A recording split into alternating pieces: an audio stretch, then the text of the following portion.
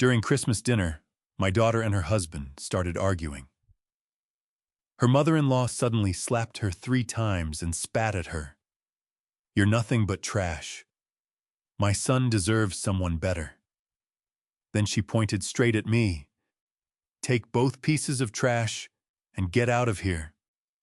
My son-in-law just sat there without saying a word. I took my daughter's hand. "Let's go." 2 hours later, her father-in-law called in a panic. "Please come back. She just passed out after receiving a notification. So glad you're here on Dad's Revenge Stories. Tell me below, which city or country are you watching from today?" A quick note. Certain elements are fictionalized for narrative impact and life lessons. Resemblances to actual names or places are accidental, but the core takeaway is deeply meaningful. There are nights that split your life into before and after. December 24th, 2025 was that night for me. The living room of the house I bought 5 years ago was strung with white lights and smelled like pine and roasted ham. 12 people squeezed around the dining table, Nolan's relatives, mostly people who called me Paige's father, like it was a title that required no further explanation. My daughter moved between the kitchen and the table carrying dishes, while her husband sat at the head of it, like a man who had built all of this with his own 2 hands. I watched him. I had been watching him for a long time. Valerie Bennett sat 2 seats down from me in a cream blouse that probably cost more than my first truck. She had the kind of posture that came from decades of believing she occupied a higher tier than everyone around her. Every few minutes, she'd say something to the table, a comment about the neighborhood, a story about a friend's vacation home, and the whole room would tilt slightly in her direction. She was the kind of woman who expected rooms to tilt. Paige came out of the kitchen carrying a casserole dish, and I saw it immediately, the tightness around her eyes, the way her jaw was set just a fraction too hard. My daughter had her mother's face when something was wrong. I knew that face better than I knew my own reflection. She set the dish down and leaned toward Nolan. Her voice was low, but I was sitting close enough. "The account, Nolan. It's empty." Nolan didn't flinch. He picked up his wine glass and said, "We'll talk about it later. There's nothing in it." Her voice cracked on the last word. "Not $1. Paige." He said her name like a warning, like she was embarrassing him. Valerie's head turned. She had the hearing of a woman who had spent 40 years making sure she never missed anything useful. "Is there a problem?" Valerie asked. Her voice was perfectly pleasant. That pleasantness was its own kind of weapon. There's no problem," Nolan said. "I wasn't asking you." Valerie looked at Paige. "Is there a problem, sweetheart?" Paige straightened. Her chin came up. God, she looked like her mother when she did that, and she said, "Yes, there is." The table went quiet. Someone near the end laughed nervously at nothing. Valerie set her wine glass down with a precise little click. She pushed back her chair and stood, and for one moment I thought she was going to walk to the kitchen, maybe pull Paige aside, handle whatever this was, with some shred of discretion. Instead, she crossed the room in 4 steps and swung her purse, one of those heavy, structured bags, with the gold hardware, directly into Paige's side.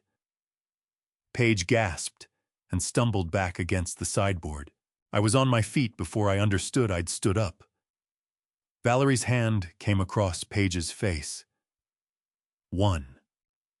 The sound was horrible, flat and sharp at the same time, nothing like the movies. 2. Paige's head turned. 3. Someone at the table made the sound like they'd been punched. Sophie was screaming. My granddaughter, 4 years old, was screaming from her chair with both arms reaching for her mother. Her little face collapsed into pure terror. "You worthless little nobody." Valerie's voice had dropped to something uglier than a shout. "Carpenter's trash. You think marrying my son made you something. You think pushing out one child puts you on my level. Paige was shaking. Her hand had come up to her face and her eyes were bright with tears. She was refusing to let fall, and she was shaking so hard I could see it from across the room.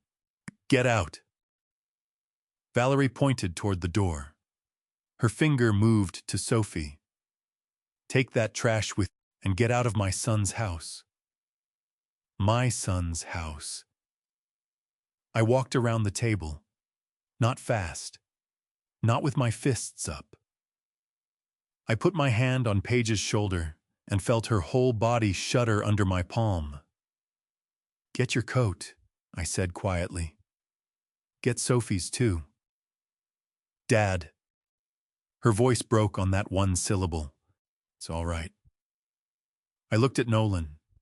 He was sitting in his chair with his wine glass still in his hand, watching the whole thing with the expression of a man who had expected rain and was mildly inconvenienced that it had finally arrived.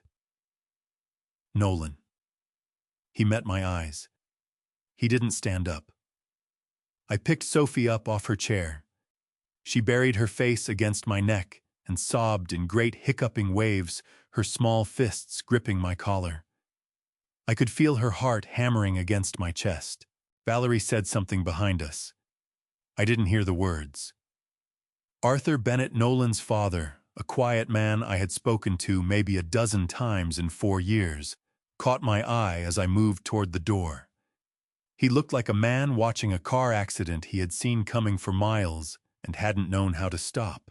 At the front door, I turned back once.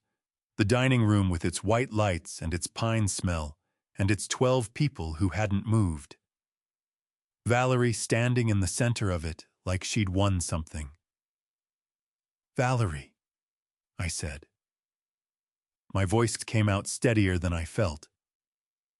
"This is the last time you will ever be in this house." She laughed. It was a short, contemptuous sound. "It's not your house to make that call, old man." I looked at her for one more second. Then I opened the door and walked my daughter and my granddaughter out into the cold. She was right that it wasn't my house in the way she meant. She was wrong about everything else. The drive home took 22 minutes. I know because I watched the clock on the dashboard the way you watch things when you need something concrete to hold on to. Sophie cried herself quiet somewhere around the 3rd traffic light.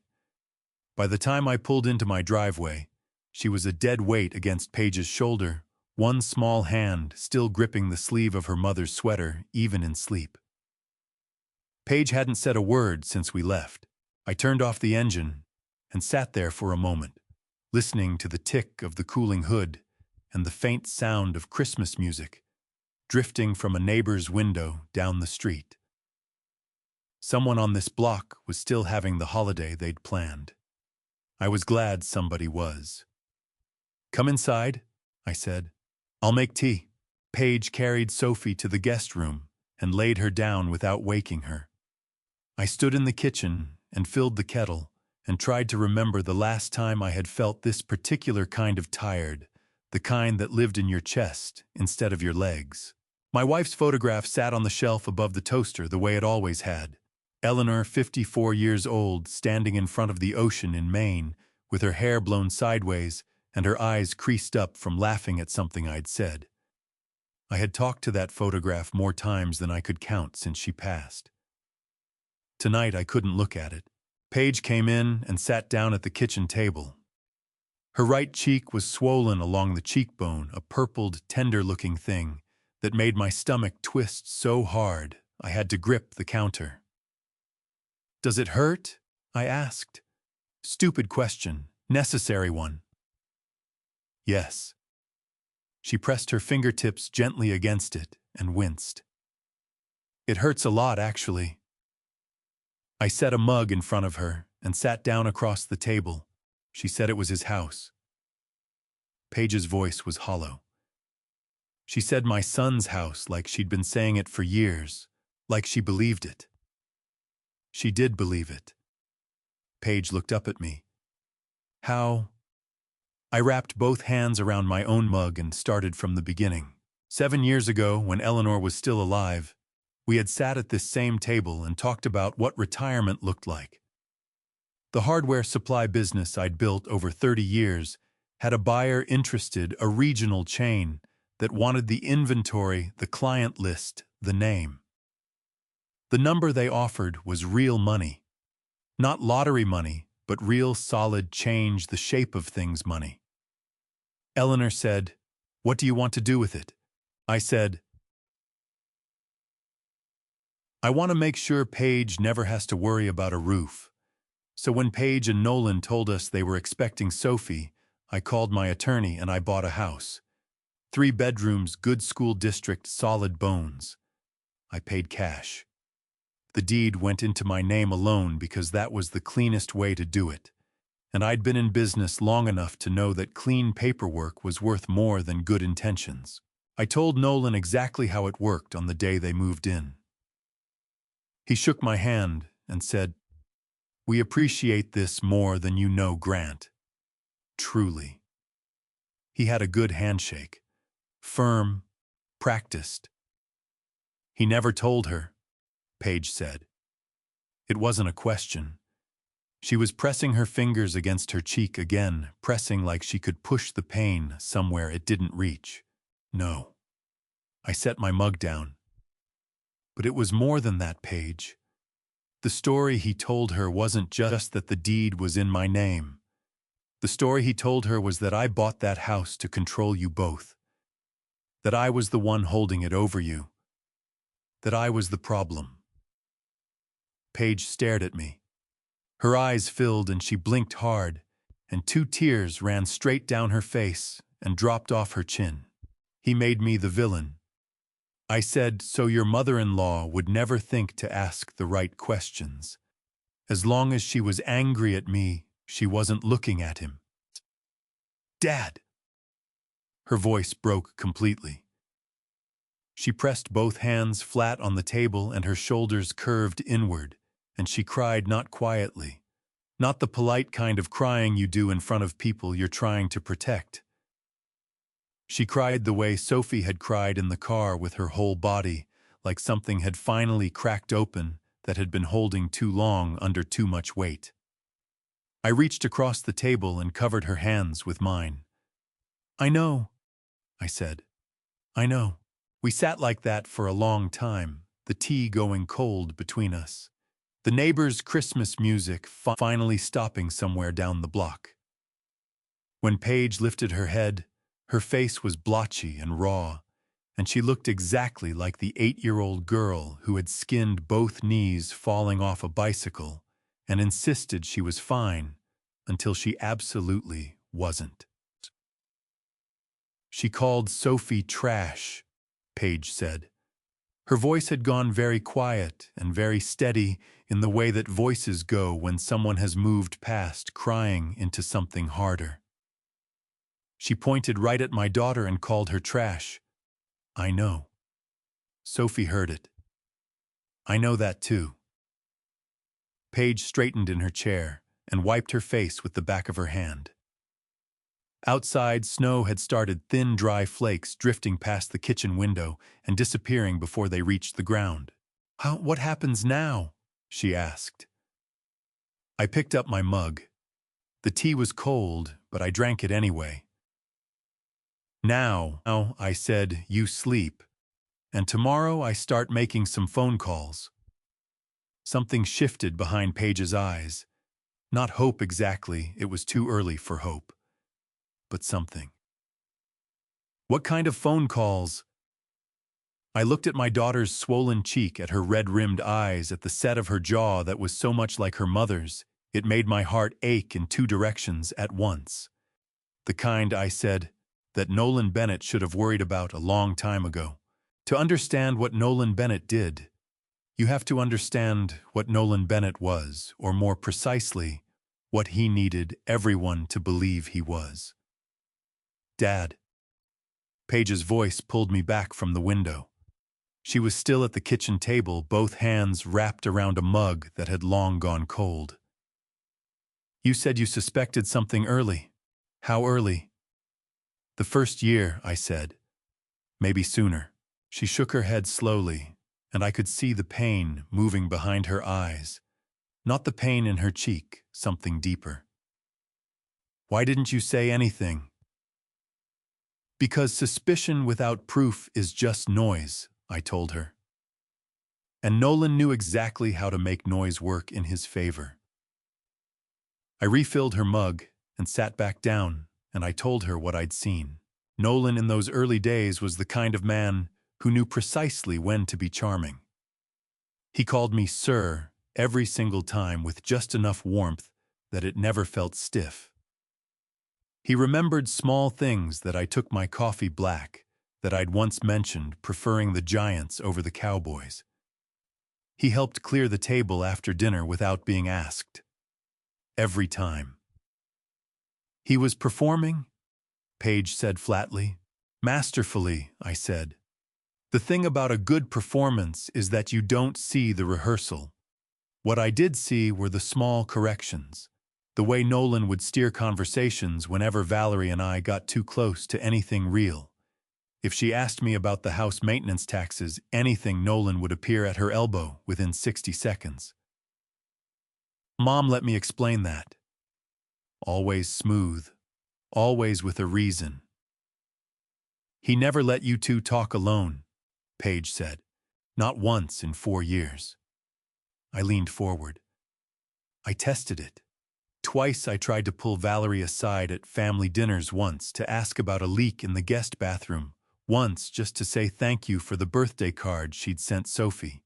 Both times Nolan materialized like he'd been watching from a doorway. Paige's jaw tightened. Her hand came up and pressed against her swollen cheek before she caught herself and forced it back down. What did Valerie say to you when she could talk? The first time I met her, I said, she looked me up and down the way someone sizes up furniture at an estate sale and asked, "So what exactly do you do, Mr. Holloway?" When I told her I ran a hardware supply business, she smiled and said, "How practical." Like I'd told her I collected bottle caps. A short, humorless laugh escaped Paige. It sounded like it hurt. After that, I continued. Every time Valerie talked about the house, she talked about it like Nolan had built it with his bare hands. My son worked so hard for this. My son made sure you were taken care of. She'd look right at me when she said it, like she was daring me to contradict her. But you didn't. No. I looked down at my coffee. Because the moment I contradicted her, Nolan would know I was watching. And I needed him to keep thinking I wasn't. Paige pushed back from the table and stood moving to the window. The snow was still coming down in thin, dry sheets. She pressed her forehead lightly against the glass, and I watched her breath fog the pain. She brought us food, Paige said quietly. Old food. Canned goods that were 2 months past date. Clothes from her closet, things she'd worn washed too many times with the buttons loose. And she'd hand them over like she was presenting us with gifts from Tiffany's. I thought you could use these, sweetheart. I'm clearing out the good stuff. I know. And I thanked her. Paige's voice cracked. Every single time I said thank you. You were trying to keep peace in your home. There's no shame in that. She turned from the window. Her eyes were bright again, and her chin was trembling, but her voice came out like iron. What else did you see? Dad, tell me everything. I told her about the lunch where Nolan had poured me 3 glasses of bourbon and steered the conversation toward long-term planning for the property. I told her about the questions, subtle at first, then less so, about whether I'd considered giving Nolan power of attorney just for convenience. I told her about the afternoon I arrived unannounced and found Valerie sitting in the living room armchair like she owned the floor beneath it, informing me that Nolan had mentioned I dropped by quite often, the words wrapped in courtesy, the meaning underneath them unmistakable. Stay away. You're not needed here. He built a story, Paige said. She'd stopped crying. She was thinking now, and thinking was better. He built a whole story where you were the villain, so nobody ever looked at him. That's exactly what he did. And I never saw it. She pressed both fists against the kitchen counter and her knuckles went white. 4 years, Dad. I lived in that house for 4 years and I never saw it. He was careful, I said. And you trusted him. That's not a flaw, Paige. That's what marriage is supposed to feel like. She looked at me for a long moment. Then she said, "What didn't you see? What are you still missing?" I met her eyes.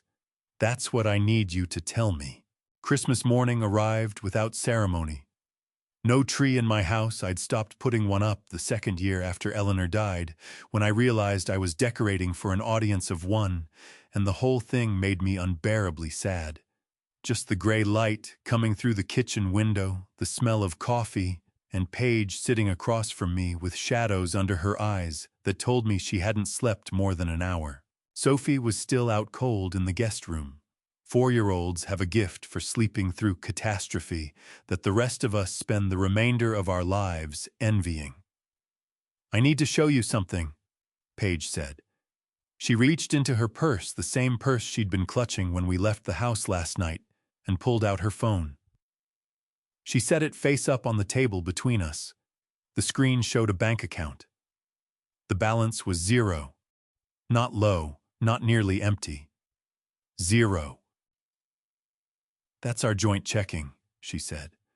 Her voice was very controlled, the way voices get when the person using them is terrified that without control they'll come apart entirely.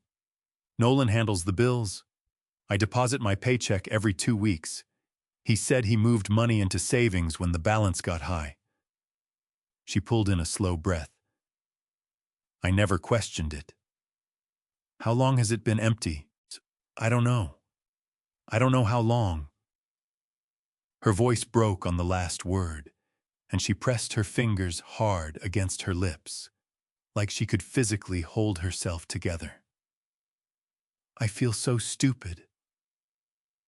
"You're not stupid," I said. "You trusted your husband. Stop apologizing for that." She reached back into her purse and set a folder on the table. Inside was a stack of papers, monthly bank statements, neatly printed with a familiar blue logo in the corner. I had seen that logo on enough documents over 30 years in business to recognize it immediately. I picked up the top sheet. The numbers were clean. Deposits of $1,600 marked every month like clockwork. A growing balance line by line, month after month. The total at the bottom of the most recent statement read $76,800. I held the paper up to the kitchen light. "Paige," I said carefully, "where did Nolan print these?" She frowned. "The bank sends them. He said he downloaded them from the online portal and printed them for our records." "Look at the logo." I turned the paper toward her and pointed. "See how the blue is slightly lighter on the left side than the right? And this font here, the account number. The spacing between the digits is off. Banks use fixed-width fonts for account numbers. Every character the same width every time. These aren't." Paige leaned in. Her eyes moved across the page, and I watched the color drain out of her face in a slow, terrible wave. "He printed these himself," she whispered, "on a regular office printer, probably at work where he had access to the logo files." I set the statement back down. "These are forgeries, sweetheart. Every one of them." For a moment, she just stared at the stack of papers. Then she picked up the whole folder and threw it across the kitchen. Pages exploded off the table and scattered across the floor, $76,000 in lies fluttering down around our feet like confetti. 4 years. Her voice climbed and cracked and climbed again. 4 years, I thought Sophie had a college fund. I thought we were doing something right. I worked double shifts in October and November because I wanted to put extra in before the holidays. She was crying now, full and hard tears running freely down both cheeks.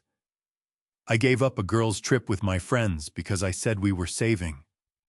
I told my friend Donna we couldn't afford to go because we were being responsible. She laughed a raw and awful sound. Responsible. Paige. Where is it? She swiped at her face with both hands. Where did it go, Dad? $76,000. Where does that even go? That's what we're going to find out. I stood and came around the table and put my hand on her shoulder, and she reached up and gripped my fingers so hard her nails bit into my skin. I didn't move. But I can tell you part of it already. She looked up at me, eyes red and swollen cheek still bruised from last night. Think about what Valerie drives, I said.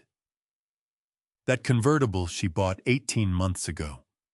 Think about the European trip she posted on Facebook, 3 weeks, 4 countries, the designer bags, the clothes. Paige's face shifted. The grief was still there, raw and trembling, but something harder was building underneath it, the way rock sits under river water, invisible, until the water drops.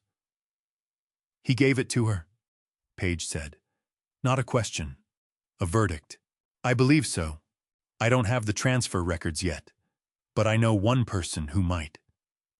I thought about Arthur Bennett, quiet, careful Arthur, who had spent 42 years learning how to disappear in his own marriage, who had caught my eye last night across a room full of frozen people and looked like a man who had been waiting a very long time for someone to ask him the right question. His father, I said. Paige wiped her face one more time and straightened her spine, and I felt the shift in her the way a person's whole body changes when they move from devastated to determined. Her jaw set. Her eyes dried. Her grip on my hand loosened and became deliberate rather than desperate. Call him, she said. I looked at my daughter, 39 years old, bruised and exhausted, and burning with a quiet fury that reminded me so much of her mother. It made my chest ache with grief and pride in equal measure. I'll call him right now, I said. Sophie woke up asking for blueberry pancakes. In the middle of everything, the forged statement still scattered across my kitchen floor. Paige's bruised cheek, the wreckage of Christmas Eve sitting over the whole house like smoke. My granddaughter padded into the kitchen in her sock feet, dragging her stuffed rabbit by one ear, and announced that she wanted blueberry pancakes and that the rabbit wanted them too. I made them. Both portions.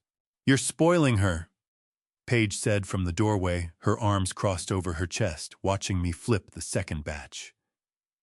That's what grandfathers are for. I slid a plate across the counter toward her. Eat something. You look like you're running on fumes and fury. I am running on fumes and fury. But she sat down and picked up a fork. Sophie climbed onto her chair, positioned the rabbit carefully against the table edge so it had a good view of the proceedings, and began eating with the focused dedication of someone who had not witnessed her grandmother assault her mother 12 hours earlier. Children that age live so completely in the present moment that it breaks your heart a little the way they can move from devastation to blueberry pancakes without carrying the weight between them. I poured myself coffee and leaned against the counter. Tell me about Valerie's money, I said. Not what Nolan told you. What you actually saw. Paige chewed, swallowed, thought about it. About 18 months ago, she showed up at the house in the brand new convertible. Cherry red. I asked Nolan about it, and he said she'd been saving for years. She stabbed another piece of pancake. I remember thinking it was a strange thing to save for at 67, but I didn't push. What else? Just last spring, she went to Europe. She posted pictures every other day, Paris, Florence, some hotel in Dubrovnik, that looked like it cost more per night than my monthly car payment. Paige's voice had an edge to it now, a bright, brittle anger that I recognized as the thing that comes after you've cried everything else out.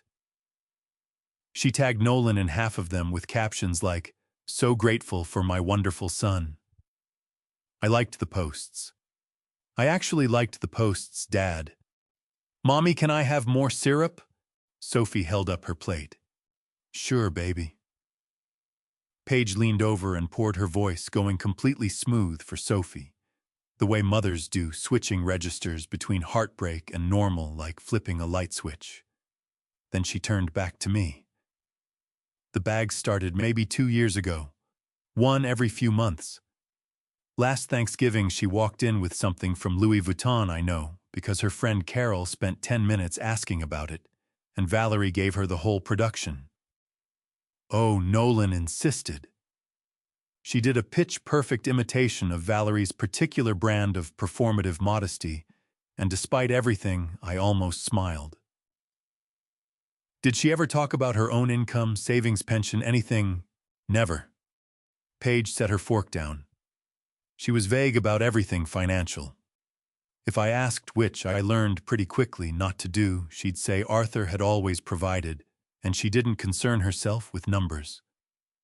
A short, sharp laugh. She concerned herself plenty with ours. She had opinions about our grocery bills. She once told me we were spending too much on Sophie's preschool and suggested a cheaper one across town. Paige's eyes went hot. While she was carrying a bag that cost $3,000.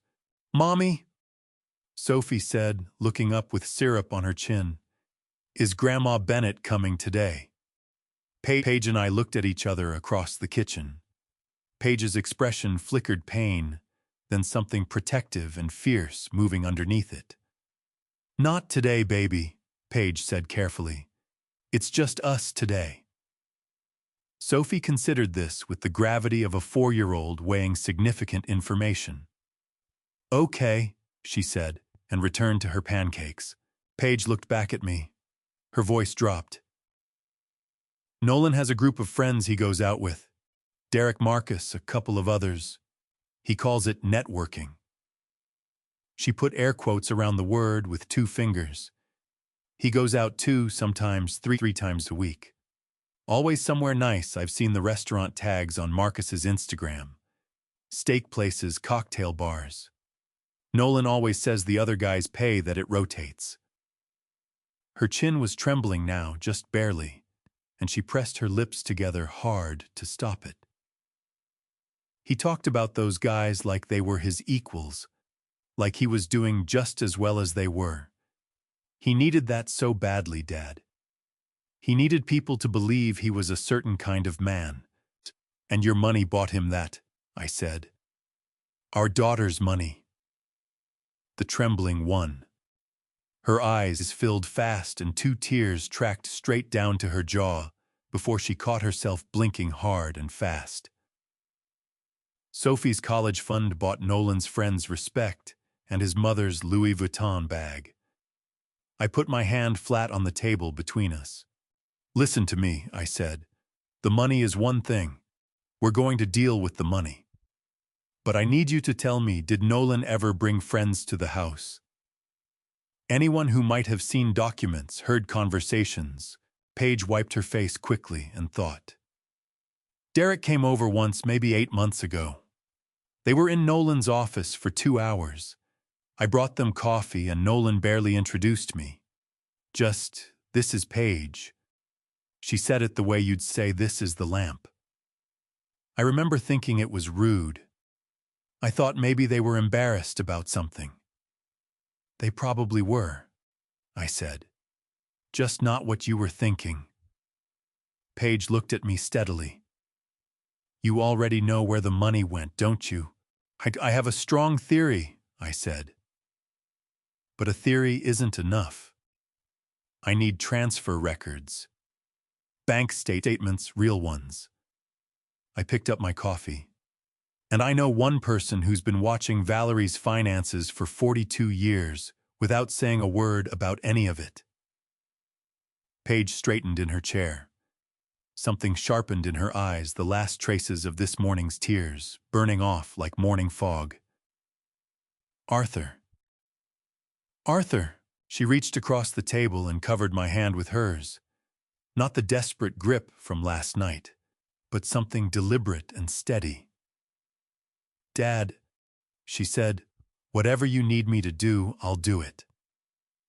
I looked at my daughter, blueberry pancakes, half-eaten cheek, still purple spine, straight as a flagpole, and thought that Eleanor would have been so fiercely proud of her, it would have been almost painful to witness. Right now, I said, standing up, I need you to stay here with Sophie. Keep things normal for her. Let me make a phone call. I went to my bedroom and closed the door. It wasn't that I needed privacy from Paige. It was that the conversation I was about to have required a particular kind of stillness, the kind you can't maintain when someone who loves you is watching your face for information.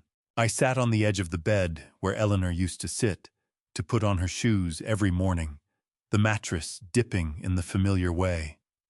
And I found Arthur Bennett's number in my phone. I had added it 2 years ago after a Thanksgiving dinner where he'd slipped me his card and said quietly that I should call him sometime. Just to talk. I had wondered about that moment for months afterward. Now I thought I understood it. The phone rang 4 times. 5. I was preparing myself for voicemail when the line clicked open. Grant. Arthur's voice was low and careful, the voice of a man who was choosing his location very deliberately. I could hear the faint sound of a television in the background, then the sound of a door closing, and then quiet. Arthur, I said, I need to ask you something, and I need you to be straight with me. I know why you're calling. A long exhale. I've been sitting here since last night trying to decide whether to call you first. Then you already know what I'm going to ask. Yes. A pause that had 42 years of marriage compressed into it. And the answer is yes, Grant. I've seen transfers. Regular ones. Nolan to Valerie's personal account. His voice was tight and ashamed, the voice of a man confessing to a priest. I saw the first one about 3 years ago. Valerie said it was Nolan being generous. Said he'd offered to help with the household expenses. My jaw tightened. How much, Arthur, roughly? Another pause.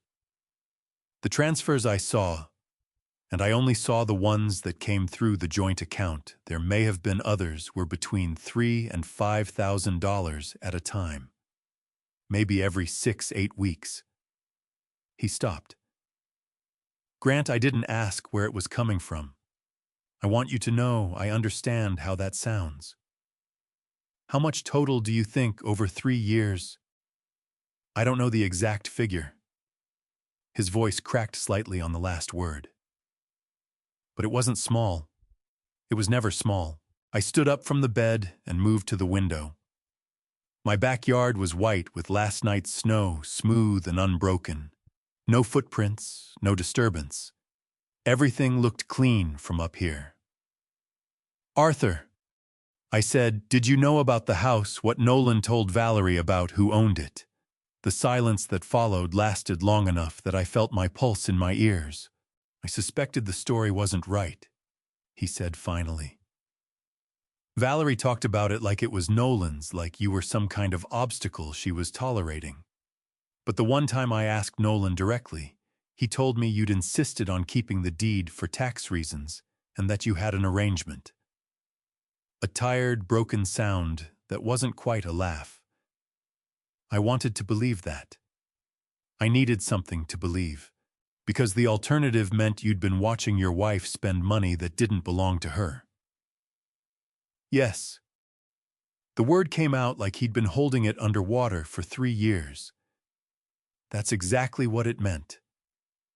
I pressed my free hand flat against the cold window glass and stared out at the snow. Arthur, I need to ask you one more thing, and I need you to think carefully before you answer. I kept my voice even. Is there any documentation, Anything, bank records, statements, anything you've kept, a sharp intake of breath. Then I kept copies. I don't know why exactly, self-preservation maybe. When something feels wrong, you start keeping copies without entirely admitting to yourself why. He cleared his throat. They're in a shoebox in my home office closet. Valerie doesn't know about them. Something moved in my chest. Not triumph, something quieter and more complicated than that. Relief and grief arriving at exactly the same moment. Arthur, I said.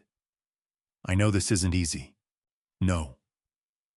His voice was rough with an emotion I recognized as the particular shame of a decent man who has spent too many years looking the other way. Grant what she said to Paige last night, what she called Sophie. He stopped. When he came back, his voice was different, lower and harder. I have a granddaughter too. I know you know that. Melissa's girl, she's 7. And I sat there last night and I didn't stand up fast enough. I didn't stop it fast enough. A long, shuddering breath.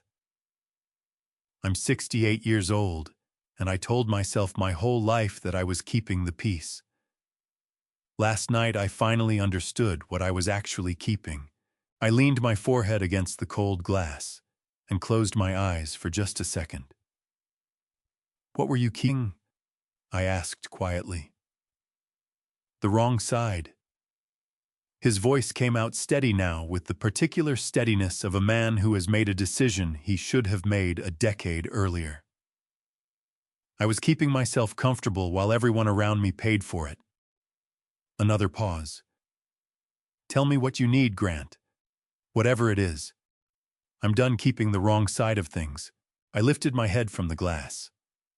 Outside, a cardinal had landed in the snow-covered birch tree at the edge of my yard, a flash of red so bright against all that white, it almost didn't look real. I need those documents, I said. And I need you to be willing to stand behind them when the time comes. I'll bring them today, Arthur said. And Grant, there's something else.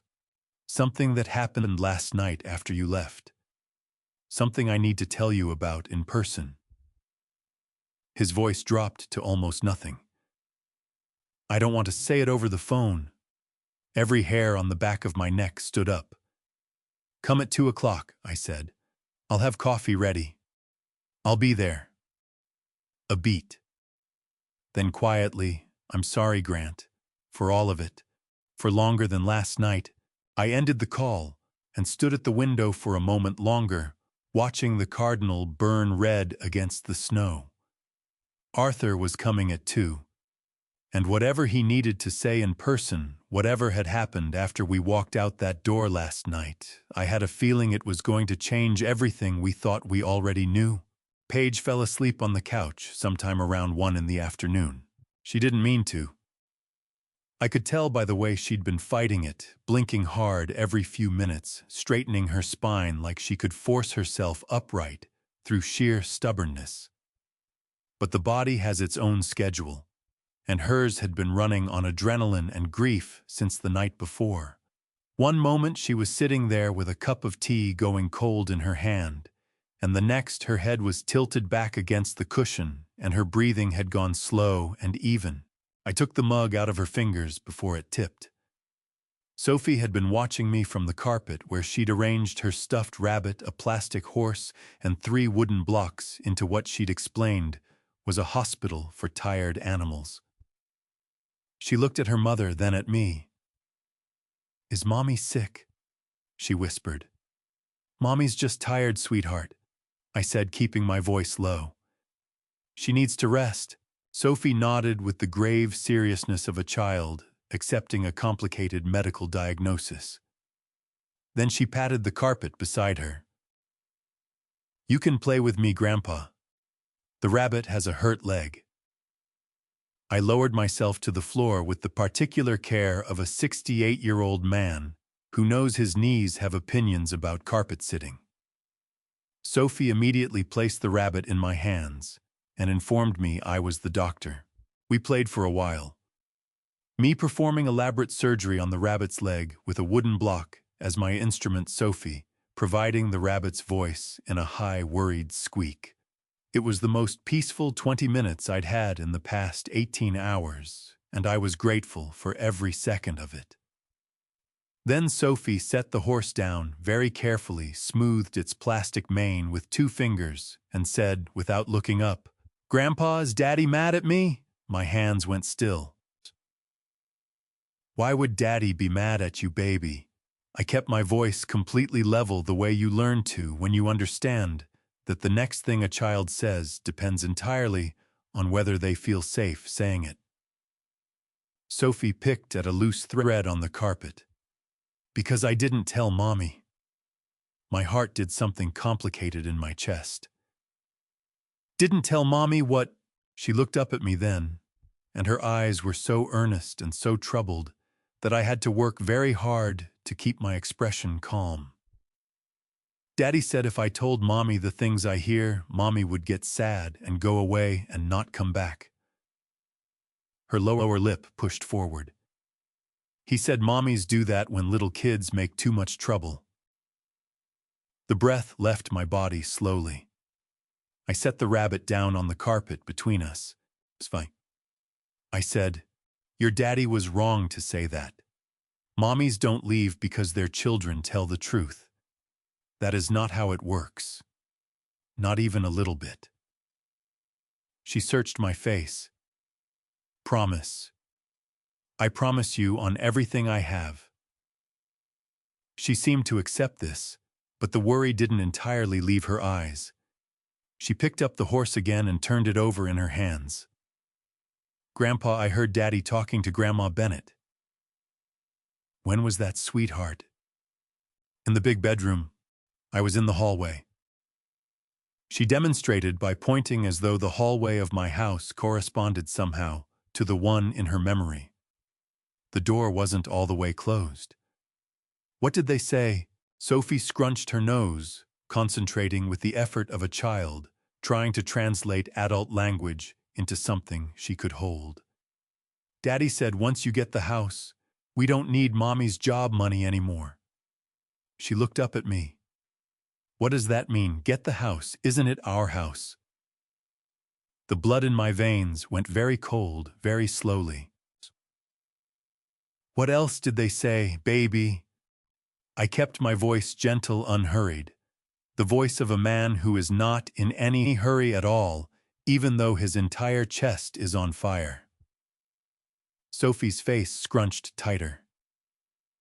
"Grandma said something about school. She said," she stopped working to remember, "send the little one to the country. Save money on the fancy school." She looked at me confused and a little hurt. I think she meant me. Am I the little one? I reached out and pulled Sophie into my lap, and she came willingly, settling against my chest with the rabbit pressed between us. I held her there and breathed very carefully in and out. "You are the most important one," I said into her hair. "Don't you ever forget that." "Grandpa," she said, her voice muffled against my shirt. "Are we in trouble?" "No," I said. "We are not in trouble." I pressed my lips to the top of her head. "The people who tried to make trouble for us, they're the ones in trouble. I promise you that too." Sophie seemed to find this satisfying in the way that children find promises from grandparents satisfying completely and without reservation. She relaxed against me, and within 10 minutes her breathing had gone slow and heavy, following her mother into sleep. I sat there on the carpet with my granddaughter asleep in my arms, the wooden blocks and the plastic horse scattered around us, and I turned over what she'd said with the methodical, careful attention of a man who has spent 30 years reading contracts and knowing exactly which sentences were the ones that mattered. "Once you get the house, we don't need Mommy's job money anymore." That wasn't a slip. That wasn't Nolan venting frustration or thinking out loud. That was a plan that had been in motion long enough for him to say it with the casual confidence of someone describing steps already underway. And he had said it within earshot of a 4-year-old, because he'd already made sure that 4-year-old was too frightened to repeat it. The fury that moved through me then was cold, not hot. The cold kind is worse. The cold kind lasts. Sophie slept for 2 hours. When she woke up, she was hungry and entirely restored, the way only small children can be bouncing back from things that would put an adult in bed for a week. I made her a grilled cheese sandwich, cut it into triangles the way she liked, and she ate it at the kitchen table with the rabbit propped against her milk glass as a dining companion. Paige woke up 20 minutes later, disoriented and momentarily panicked, sitting bolt upright on the couch and saying, "Sophie," before her eyes had fully focused. "Right here, Mommy." Sophie called from the kitchen, mouth full of grilled cheese. Grandpa made triangles. Paige came into the kitchen, looking like a woman who had slept hard and remembered why the moment she opened her eyes. She smoothed Sophie's hair automatically, kissed the top of her head, then looked at me over Sophie's shoulder with a question in her face. I tilted my head toward the hallway. Later, after Sophie had finished eating and been installed in the living room with a movie, something animated, loud, and blessedly distracting, I poured 2 cups of coffee and sat down across from Paige at the kitchen table. "Tell me," she said immediately. So I told her everything Sophie had said, every word in order, as close to verbatim as I could manage. Paige listened without interrupting, which cost her something. I could see it in the way her hands gripped the mug, white-knuckled, the tendons standing out on the backs of her fingers. When I finished, she said, "He threatened her." Her voice was absolutely flat, stripped of everything except the fact itself. "He told our 4-year-old daughter that her mother would abandon her if she talked." "Yes, she's been carrying that." Paige's voice broke open on the last word, cracking wide. "She's been sitting on that for God knows how long, too scared to say anything, and she just kept it." She pressed both hands over her mouth and breathed hard through her nose, fighting back the wave. Her eyes went red and bright and furious. "She's 4 years old, Dad." "I know. She shouldn't know what it feels like to be afraid to talk." The tears came then, fast and uncontrolled, running straight down her face. She didn't try to stop them this time. She let them come and kept talking through them, voice ragged and fierce. She should be worried about whether the rabbit has enough pillows, not whether telling her mother something is going to make her mother disappear. I pushed a box of tissues across the table. She pulled one out and pressed it against her eyes so hard her hand shook. "Tell me the rest," she said. "What else did Sophie hear?" "Nolan told Valerie that once he got control of the house, he wouldn't need your income anymore." Those were almost his exact words. I set my coffee down. "And Valerie told him to send Sophie to the country to save money on private school." The tissue came down. Paige stared at me with an expression I'd never seen on her face before. Something past anger, past hurt. Something that had been compressed by all of those things into something harder and quieter and considerably more dangerous. "She talked about shipping my daughter away like she was a piece of furniture," Paige said. "Like Sophie was an inconvenience to be managed." "Yes.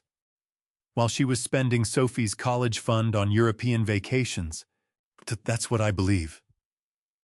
Paige stood up abruptly, pushed her chair back, and walked to the kitchen window. She stood there with her back to me, both hands braced on the counter, staring out at the snow. Her shoulders were rigid, her spine perfectly straight, and I could see her breathing controlled, deliberate, in and out, the way a person breathes when they are choosing not to come apart. "Dad." Her voice, when it came, was very quiet. "What exactly did you put in place? You said last night you were going to start making phone calls that Nolan should have worried about. But there's something else, isn't there?" She turned around. Her face was dry now, resolved, the tears burned off by whatever had replaced them. You've been 3 steps ahead of him this whole time. I can feel it. Tell me what you did.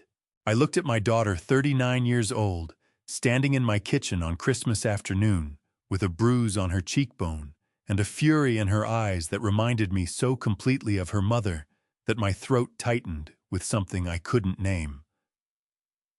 Come to my office, I said. There's a document I need to show you. She didn't ask what kind. She just pushed off the counter and followed me down the hall, and her footsteps behind mine were steady and purposeful without a trace of hesitation. In the living room, Sophie was laughing at something on the television, her feet kicking against the couch cushions, the rabbit tucked under her arm. I heard that laugh, and I thought, that is what I sold the business for. That laugh, that rabbit, that couch-kicking girl who deserves every single good thing that is coming to her. Whatever Nolan Bennett had planned, he had planned it without knowing one critical thing about me. I had been a businessman for 30 years. And the first rule of business, the one that had never failed me not once, was this. You don't wait for trouble to arrive at your door. You close the door before trouble finds your street.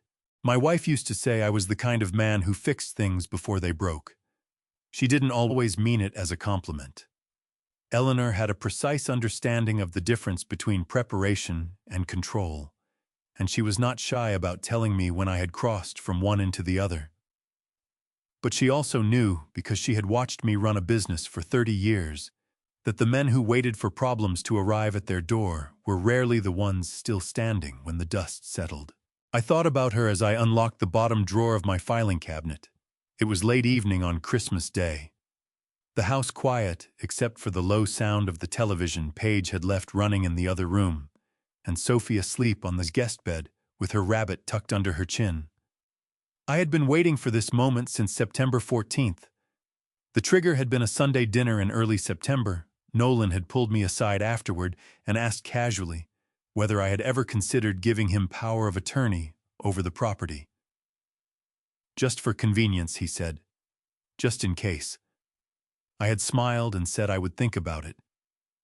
I drove home and called Gerald that same night. I had hoped, genuinely hoped, that it would never be necessary, but I had prepared for it anyway, because that was what 30 years of business had taught me: hope for the best, document everything, and never confuse optimism with a strategy. The folder was at the front of the drawer, exactly where I had placed it 14 weeks earlier. I carried it to the desk and set it under the lamp.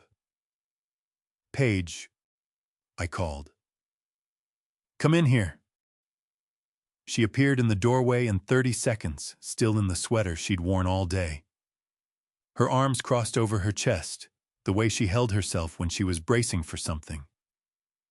She looked at the folder on the desk, and then at me, and her jaw tightened slightly. What is that? She asked. Sit down, I said. I'm going to show you something, and I need you to read it carefully. All of it. She sat. I opened the folder and slid the top document across the desk toward her. She read the title twice. I watched her lips move. Holloway Family Trust, she said. Her voice was very quiet. Sophie Marie Bennett, beneficiary. She looked up at me.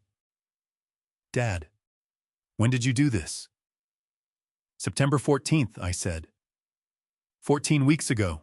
She looked back down at the document and began reading slowly, carefully, her finger moving line by line, the way it had when she was a girl, working through a difficult book, refusing to skip ahead until she understood every word.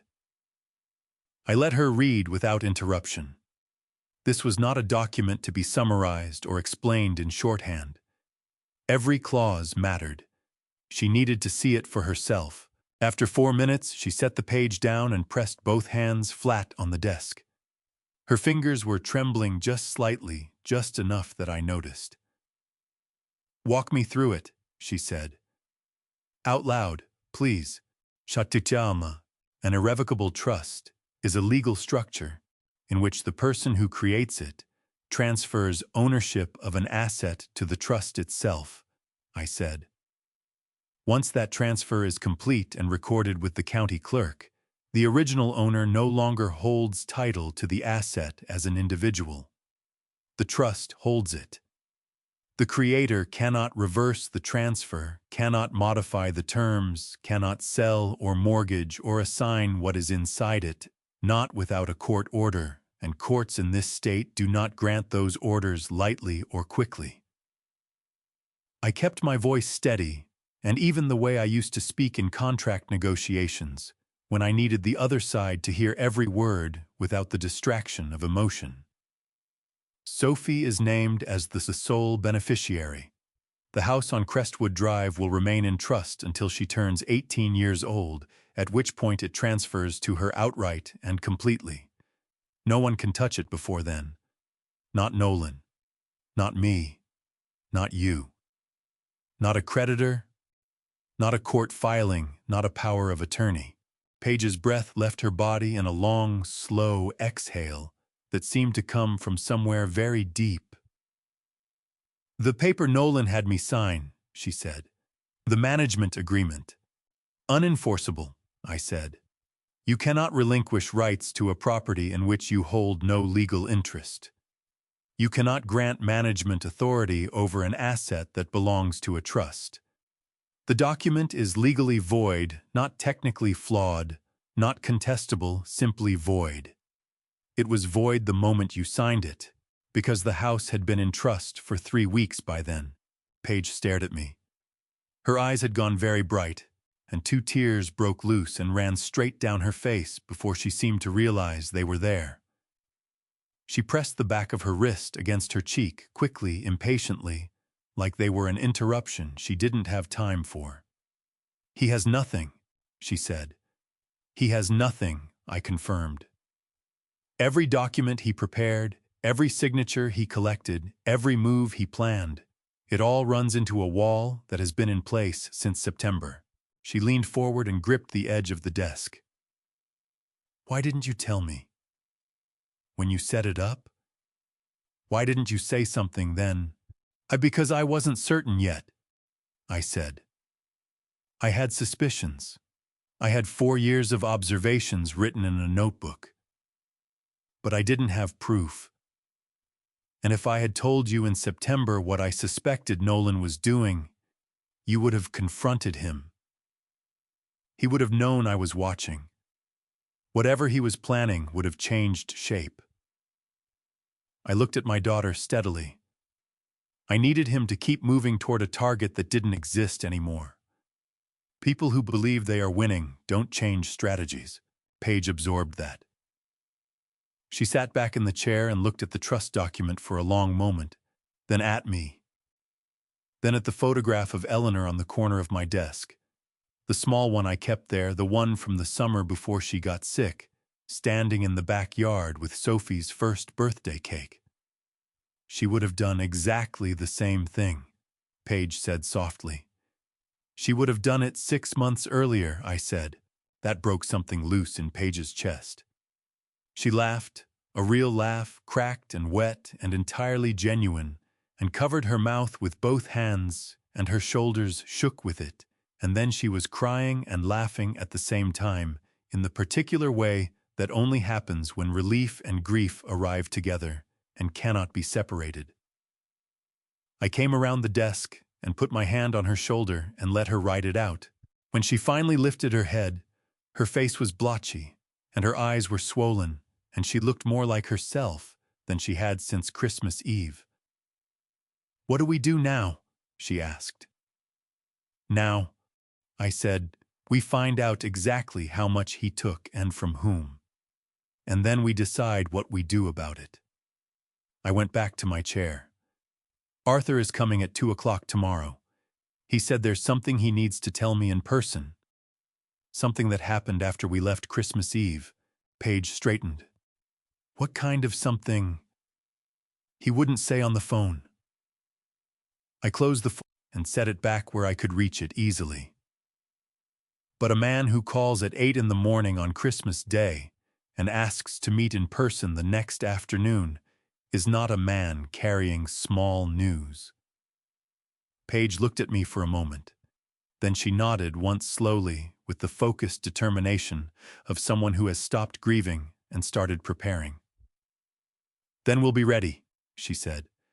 "We already are," I said. "We have been since September 14th. Before I tell you what Arthur had been keeping on that phone for 3 days and what Paige found on a device Nolan forgot she still had, drop a number in the comments right now. Just a number. 1 through 10. Because what you're about to hear is going to make you question everything you thought you knew about how far some people will actually go. Just a heads up, parts of the story ahead contain fictionalized details built to illustrate something real. If that's not for you, no hard feelings. But if you're still here, I think you already know you need to hear the rest. Arthur arrived at 5 minutes before 2, which told me everything I needed to know about how seriously he was taking the afternoon. In my experience, people who show up early to difficult conversations have already made their decision. It's the ones who arrive late or who call to reschedule who are still fighting themselves. Arthur Bennett walked up my front path in a gray overcoat, with a manila envelope under his arm, and the look of a man who had aged 5 years since Christmas Eve, and he rang the doorbell at 1:56 like he was reporting for duty. I opened the door. He held out the envelope before I could say a word. "The documents I mentioned," he said. 3 years of what I could find. There may be more. I took it. "Come in. Coffee's ready." But before Arthur could step inside, Paige appeared in the hallway behind me. She had Sophie on her. Sophie, who had woken up from her afternoon nap in the specific state of profound cheerfulness that only exists in children under 5. And when Sophie saw Arthur, her face split into a grin. "Grandpa Arthur," Sophie announced, reaching out both arms with the complete confidence of a child who expects to be caught. Arthur's face did something complicated and painful. He took Sophie from Paige's arms and held her the way a man holds something he's afraid he doesn't deserve, his eyes closing briefly over her shoulder. "Hey, Peanut," he said, his voice rough at the edges. "Hey." Sophie leaned back and patted his cheek with her small palm. "You look sad," she informed him solemnly. "I am a little sad," he said. "But I'm getting better." We settled Arthur at the kitchen table with Sophie occupied in the living room and a closed door between them and our conversation. Paige sat across from Arthur. I sat at the head of the table with the manila envelope in front of me. Arthur wrapped both hands around his coffee mug like he was drawing warmth from it. "Tell me what happened after we left," I said. Arthur looked at Paige first, then at me. "After you walked out, Valerie was—" He stopped, chose a different word. "Triumphant, that's the word. She stood in that dining room like she'd won something, and Nolan poured himself another drink, and the other guests started making excuses to leave." He rubbed his jaw. "I stayed because I didn't know what else to do. That has been my solution to most things for the past 40 years. Earlier in the evening, I had used the recording app to capture a voicemail from my brother. I do that sometimes when I can't find a pen and need to remember a number. I set the phone on the bookshelf and forgot to close the app. The screen went dark, but the recording was still running. I wasn't trying to listen. I didn't even know it was there." Paige's hands tightened around her own mug. I kept my face still. "I didn't know until this morning when I picked up the phone," Arthur said. "I saw the recording length 19 minutes 40 seconds, and I listened to it." His voice had gone very flat and controlled. "All of it." "What did it record?" I asked. Arthur reached into his coat pocket and set his phone on the table. He looked at Paige. "I want you to know," he said, that I am sorry you are going to hear this. I am genuinely, deeply sorry." He pressed play. The recording was slightly muffled, the phone face down on a shelf 19 feet from the kitchen, but the words were clear enough. Nolan's voice first loose with alcohol and satisfaction. "She hit her 3 times. Good. Now Paige is going to be so rattled she'll sign whatever we put in front of her. We can have the paperwork to her by Friday." Then Valerie. "How long before you can get the listing?" Nolan, 2 weeks, 3 at most. "I'll get Marcus to refer us to his realtor. Low-key nothing that shows up until the deed transfer goes through." Valerie and the old man, a pause. Then Nolan with a confidence that made my stomach turn. "He's 68 and he lives alone. He'll make noise and then he'll fold. They always fold." Arthur reached over and stopped the recording. He did not say then that there was more. I would not find out until morning that he had made that choice deliberately, that there was a part of the recording he had needed one more night to decide how to use. The kitchen was very loud, with the sound of the refrigerator humming and the television murmuring from the living room, and Paige breathing through her nose in short, controlled bursts, like someone who has been punched and is deciding whether to show it. "They always fold," she repeated. Her voice was absolutely level, dangerously level. He said they always fold. "Yes," Arthur said. She looked at me. Her eyes were dry and hard and bright, the eyes of someone who has moved entirely past the stage of grieving and into something considerably more purposeful. "Dad," she said, "I need to show you something too." She picked up her phone from the table and opened it, navigating to something with quick, precise movements. Then she turned it toward me. "I found this morning while you were on the phone with Arthur. I used my old phone to call the bank. It still had our shared iCloud account logged in. When it synced, these came through. On the screen was a text message thread. Nolan to Valerie. I read the first message, and then the second, and by the third my jaw was set so tight I could feel it in my back teeth. I read aloud for Arthur's benefit, "Just let Paige work herself to the bone. Women like her just need a little praise, and they'll keep depositing. Her old man won't say anything. He's too proud to admit he needs us." Arthur made a sound low in his throat, not quite a word. Not one. "There are 14 messages," Paige said. Her voice had not changed pitch or volume.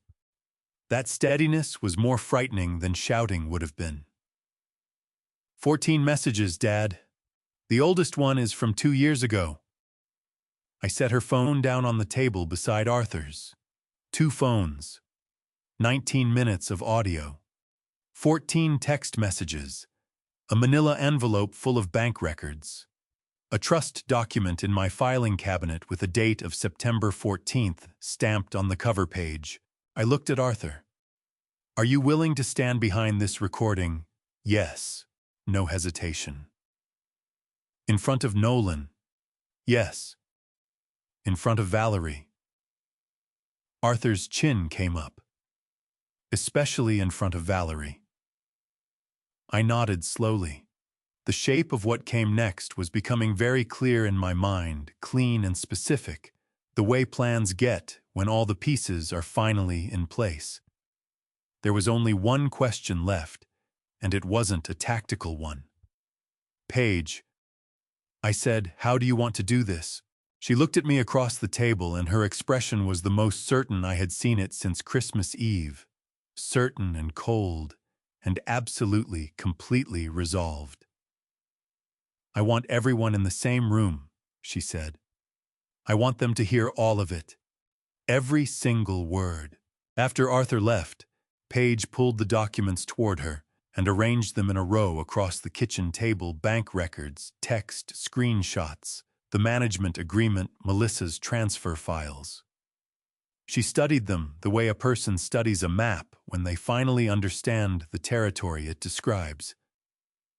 He tried more than one angle, she said. Not a question. Yes, I said. Tell me the one I don't know yet. I refilled my coffee and sat back down. October, a Thursday morning. Nolan called warm casual like a man who had decided we were overdue for a better friendship. He wanted to have lunch, just the two of us. I looked at my mug. He used the phrase, "clear the air," which I found interesting because I had never given him any reason to believe the air between us needed clearing. Paige looked up from the documents. You went. I went because a man who wants to clear air, he has no reason to think is cloudy, is a man who wants something else entirely. I wanted to see what it was. Where did he take you? Stachan, a steakhouse on Meridian. Leather booths dim, lighting the kind of wine list that comes in a binder. The kind of place designed to make you feel indebted before the appetizers arrive. I could still reconstruct the room, the amber light Nolan already seated when I walked in, his posture loose and rehearsed. He had bourbon waiting, good bourbon, the kind that runs $40 a glass. He poured before I'd taken my coat off. Paige set down the paper in her hands. He was trying to get you drunk. He was trying to soften my judgment, I said. There's a technique to it. You don't hand someone a glass and tell them to drink. You keep it warm and social. You refill before the glass empties, so the person never consciously decides to have a second drink. They just find themselves further along than they intended. I leaned back. I've sat across from enough contractors and vendors over 30 years to recognize that scaffolding when someone builds it around me. I stopped after the first sip and let him keep filling a glass I wasn't touching. He didn't notice. He was too focused on the performance. I continued. He talked for 40 minutes before he got to the point. Sports neither of us follow. He asked about my knee, which I hadn't mentioned in 2 years. He asked about the woodworking in my garage. Every question was a small investment in making me feel seen, the kind of warmth a person manufactures when they need you comfortable before they ask for something. Paige's jaw tightened. The muscle at the hinge of it jumped just once. What did he ask? At the 50-minute mark, he reached into his jacket and produced a document folded in thirds. He unfolded it on the table beside my plate the way a man produces something routine, no ceremony, no particular weight. He said it was standard planning paperwork. I watched Paige's face as I continued. A durable power of attorney, giving him authority to manage the property on my behalf if I ever became unable to do so myself. He said it was for Paige and Sophie's sake. He said, and I remember these words exactly, "You know how these things work, Grant. Better to have it sorted now than leave it to the courts later." Paige made a sound short, sharp, with nothing warm in it. He called you Grant. He did, not Dad, Grant. I noted that too. A man who shifts from warmth to business uses your first name. He was telling me without meaning to that the performance was finished and the transaction had begun. What did the document actually say? A durable power of attorney, broad enough to authorize Nolan to negotiate, execute, and finalize any sale or transfer of real property in my name. I paused. It had the street address of the house on Crestwood Drive in the second paragraph. It had the county parcel number. Whoever drafted that document knew exactly which asset it was built to reach, and they were paid to know it precisely. Paige stood up fast. She pushed back her chair and walked 3 steps toward the window and stopped her back to me. Both hands pressed flat against the counter. Her shoulders were rigid, her spine straight, and I could hear her breathing, deliberate, controlled, the breathing of someone managing something large. He hired a lawyer, she said without turning around. He spent our money probably to pay a lawyer to write a document to take our house. She turned around then, and her eyes were dry and hot and absolutely certain. "What did you do?" "I told him I wanted my own attorney to look at it first," I said. He smiled and said, "Of course, absolutely no rush, take all the time you need." I held her gaze. He never mentioned it again. "Because you weren't going to sign it that day," Paige said, and that was the only version he wanted. "A man with a legitimate estate planning document follows up," I said. "He schedules the appointment. He asks if the attorney had questions." Nolan went completely quiet, which told me everything. "And you called Gerald from the parking lot." Before I started the car, Paige came back to the table and sat down. She looked at the row of documents between us, every piece of what had been assembled over 4 days, and something moved across her face that was not grief and not rage, but the specific expression of a person who has finally seen a picture whole. "He came at you from the front," she said quietly. "He came at me from the side. He used Sophie from behind." Her voice dropped. "He thought he covered every angle." "He thought he did," I said. She looked at me. "What did he miss?" I looked back at my daughter across the kitchen table, the same table where I had sat with my attorney 14 weeks earlier, and signed my name to a document that made everything Nolan had built collapse before it ever stood. "He missed September 14th, I said. Paige held my gaze for one long moment.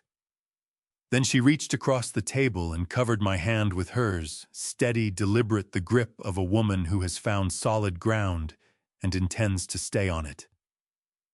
"Tomorrow," she said. "We finish this." Paige came back at 4:30 with a manila folder and the expression of a woman who had been inside the house she'd lived in for 4 years and felt like a stranger in every room of it. She set the folder on my kitchen table without taking off her coat. Her hands were steady, but her face was pale, not the pale of fear, the pale of someone who has looked directly at something they cannot unfeel. Sophie was still napping. The house was quiet enough that I could hear the tick of the clock in the hallway from where I stood at the counter. "He has files on everything," she said. Her voice was tight and controlled. "Labeled, alphabetized, color-coded. I've lived with that man for 6 years, and I never once went into that filing cabinet because he said it was just work stuff, and I trusted him." She laughed, a short, hollow sound that had no warmth in it whatsoever. "Color-coded, Dad. He has a color-coded filing system for the life he was stealing from us." "What did you find?" She opened the folder and spread several documents on the table. There were 3 copies of the paper he had me sign. Original plus 2. He kept them all. She pointed to the top sheet. I took one. "He won't notice until it's too late to matter." I sat down and pulled the document toward me.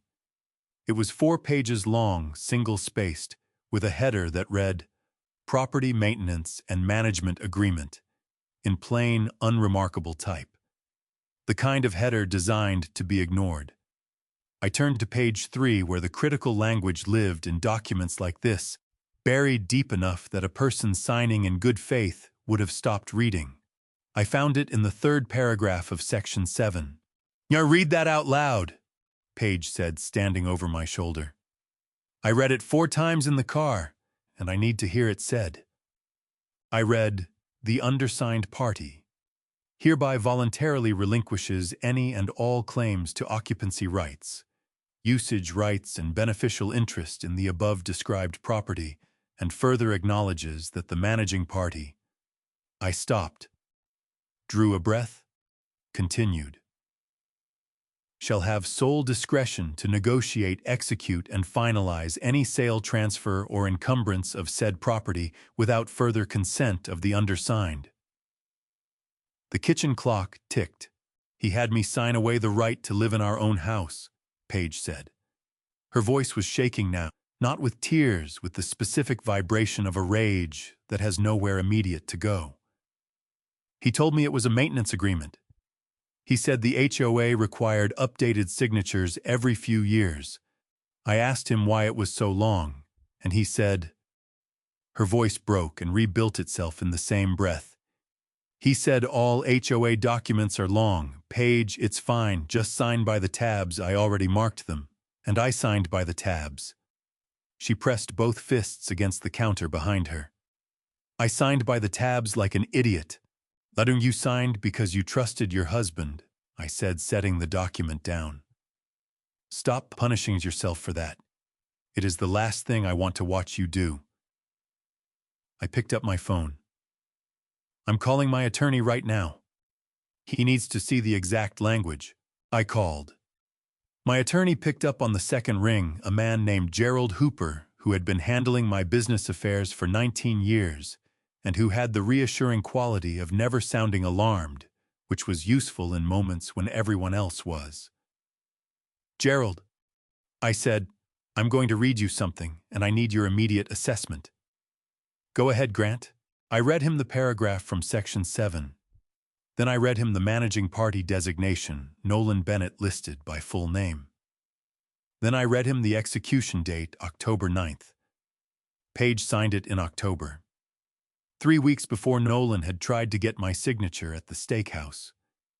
Gerald was quiet for 4 seconds. For Gerald, that was the equivalent of a sharp intake of breath. Grant, he said, is the property still held in the Holloway Family Trust as of today? Yes, unchanged since September 14th. Then this document is completely unenforceable, Gerald said, and I heard Paige let out a long, shaking breath beside me. A party cannot relinquish rights to a property in which they hold no legal interest, and they cannot grant management authority over an asset that does not legally belong to the grantor. The trust holds the property.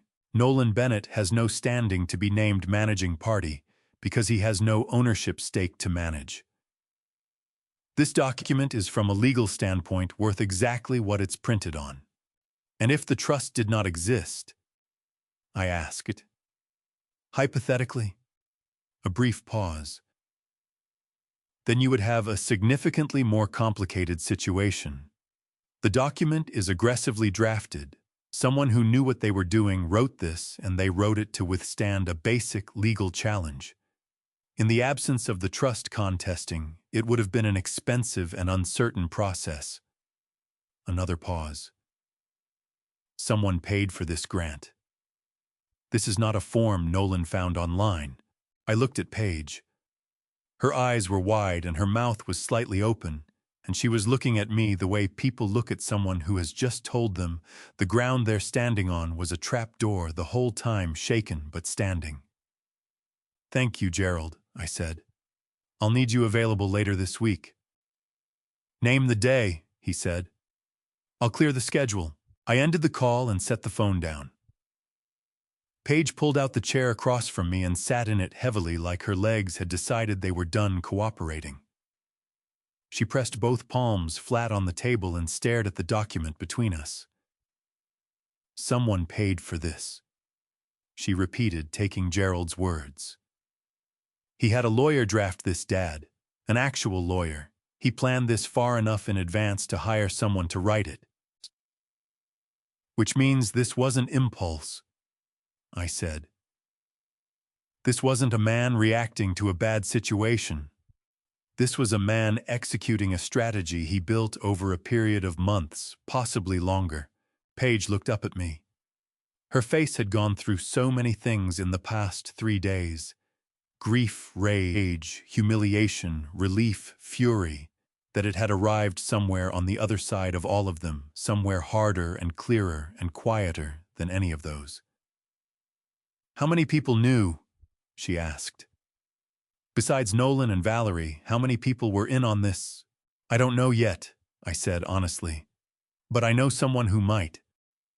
I stood and refilled my coffee and stood at the counter with it, looking out at the backyard. The snow from Christmas Eve had melted down to patches gray and stubborn at the edges of the grass. Nolan's sister Melissa witnessed a document for him recently.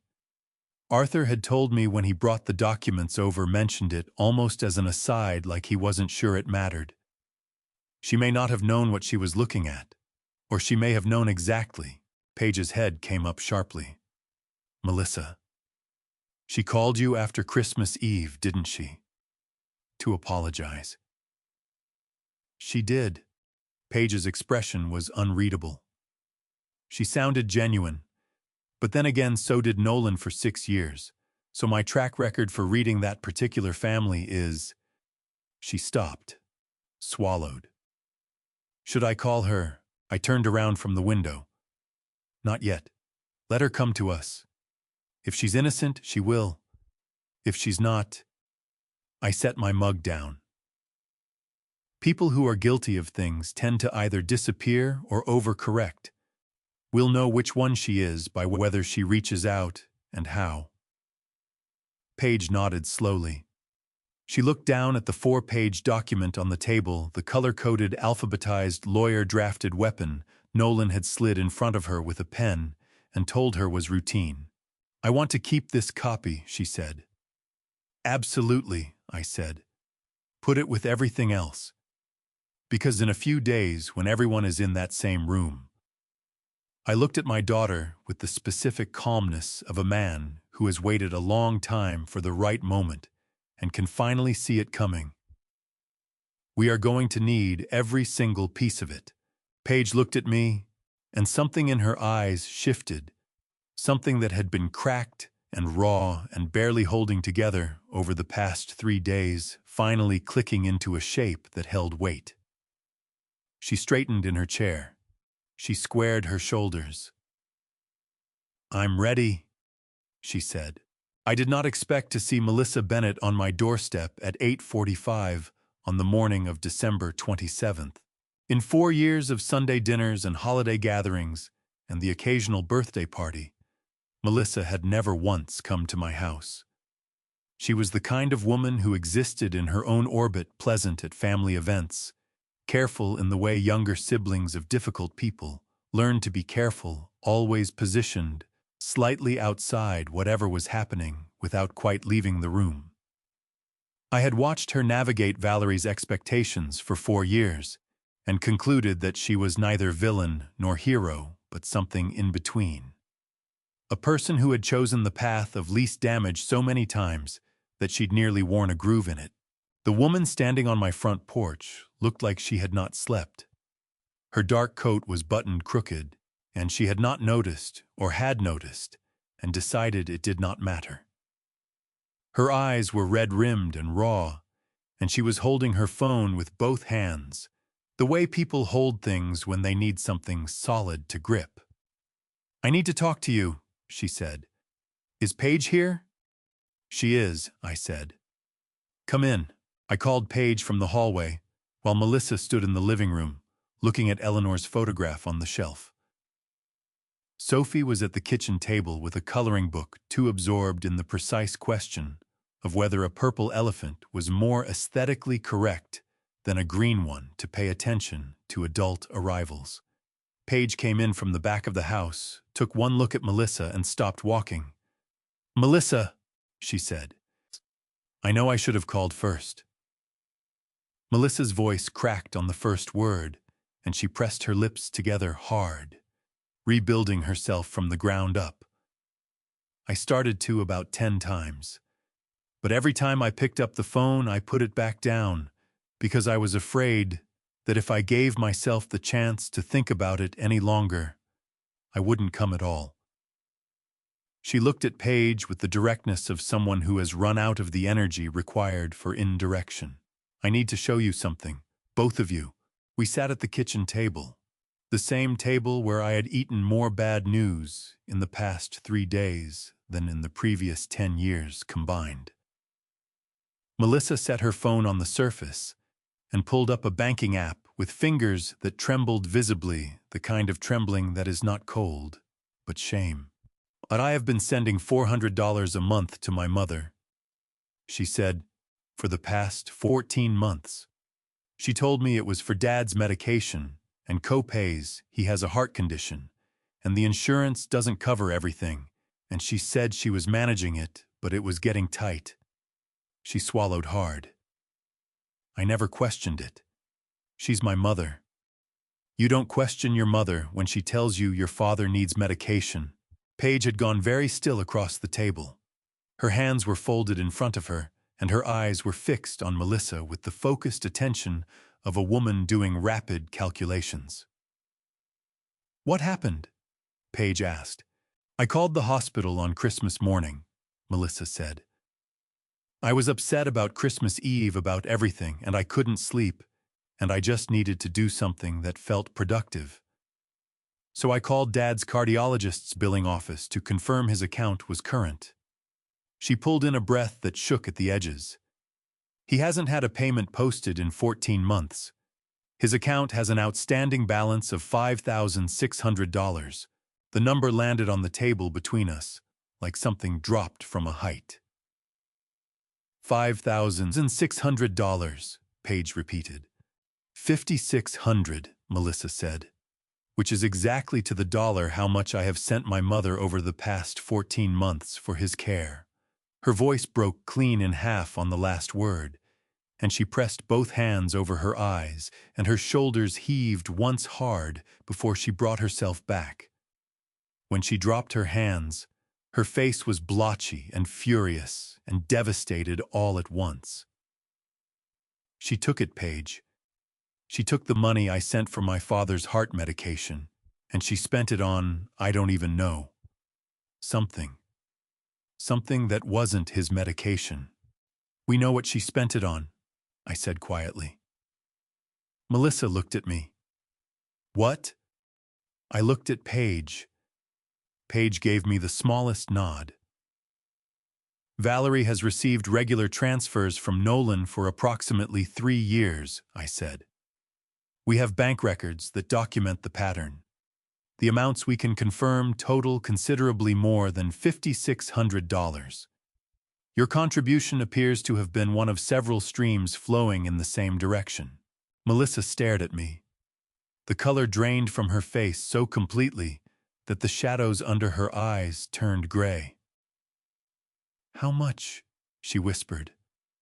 "How much total?" "We're still establishing the full figure," I said. "But the number we can confirm directly is north of $60,000. Melissa made a sound, not a word, not quite a cry, something in between that came from the center of her chest and had nowhere particular to go. She pressed her fist against her mouth and breathed through her nose in sharp, deliberate pulls. Paige reached across the table and put her hand over Melissa's other hand, and Melissa looked down at that contact, like she wasn't sure she deserved it. "I didn't know," Melissa said, her voice muffled behind her fist. "I swear to God, Paige, I did not know what Nolan was doing with your money. If I had known—" "I believe you," Paige said. Melissa looked up. Her eyes were swimming. "You do. I believe you." Paige's voice was firm and certain, not generous. The difference mattered. "But I need you to tell me something honestly. About 2 months ago, Nolan asked you to witness a document. A legal document. Do you remember that?" Melissa blinked. The question visibly caught her off guard, and she cast back in her memory with the expression of someone searching a cluttered room for something specific. "November," she said slowly. "He came by my apartment. He said it was something for a property insurance update, and he just needed a witness signature, someone over 18 who wasn't a party to the document. He had it folded when he showed it to me. I signed on the line he pointed to." She looked between us. "Why, what was it?" "We're still determining exactly what role it played," I said carefully. "But it may have been connected to a broader legal strategy Nolan was building." I leaned forward. "When he showed it to you, how did he seem? Was he nervous, rushed?" Melissa thought about it. "He was bright," she said finally. "That's the word. The way he gets when something is going well for him. Like he'd just closed a deal." She pulled her hand back from Paige's and pressed it flat on the table, and her jaw set. I signed something I shouldn't have, didn't I? You signed something he needed a witness for, I said. Whether you should have depends on what you knew at the time. What you knew at the time was nothing because your brother made sure of that. I met her eyes steadily. Melissa, the question I need to ask you now is a simple one. Going forward, which side of this are you on? She didn't hesitate. Her chin came up and her voice came out clear despite the fact that her eyes were still wet and her coat was still buttoned crooked. And she had driven to my house at 8:45 in the morning without calling ahead because she was afraid if she stopped moving, she'd lose her nerve. I have transfer records going back 14 months, she said. Every single payment I made to my mother time-stamped and documented. I want to give them to you. She looked at Paige. And I want to be in that room, Paige. Whatever room you're all going to be in when this happens. I want to be there. Paige looked at her sister-in-law for a long moment, reading her, weighing her, measuring the distance between what a person said and what they meant. You'll be there, Paige said. After Melissa left, I made fresh coffee because the pot had gone cold, and because making coffee is the kind of task that lets your hands do something while your brain does something else entirely. Paige sat at the table, sorting through everything we now had, the manila envelope from Arthur, her copy of the management agreement, the text message screenshots saved to her email, Melissa's transfer records, photographed on her phone, before Melissa walked out the door. She laid them out in a row like a hand of cards, each one face up, and she looked at the spread with the expression of a poker player who has just realized she's been holding 4 aces while everyone at the table was bluffing. Tell me about the deposit, she said without looking up. I set a fresh mug in front of her and sat down. What do you know already? Nothing concrete. But Gerald said the document Nolan had me sign was drafted to withstand legal challenge. Somebody paid real money for that kind of drafting. She finally looked up. Valerie had a plan for what she was going to do with the house once they got it. What was it?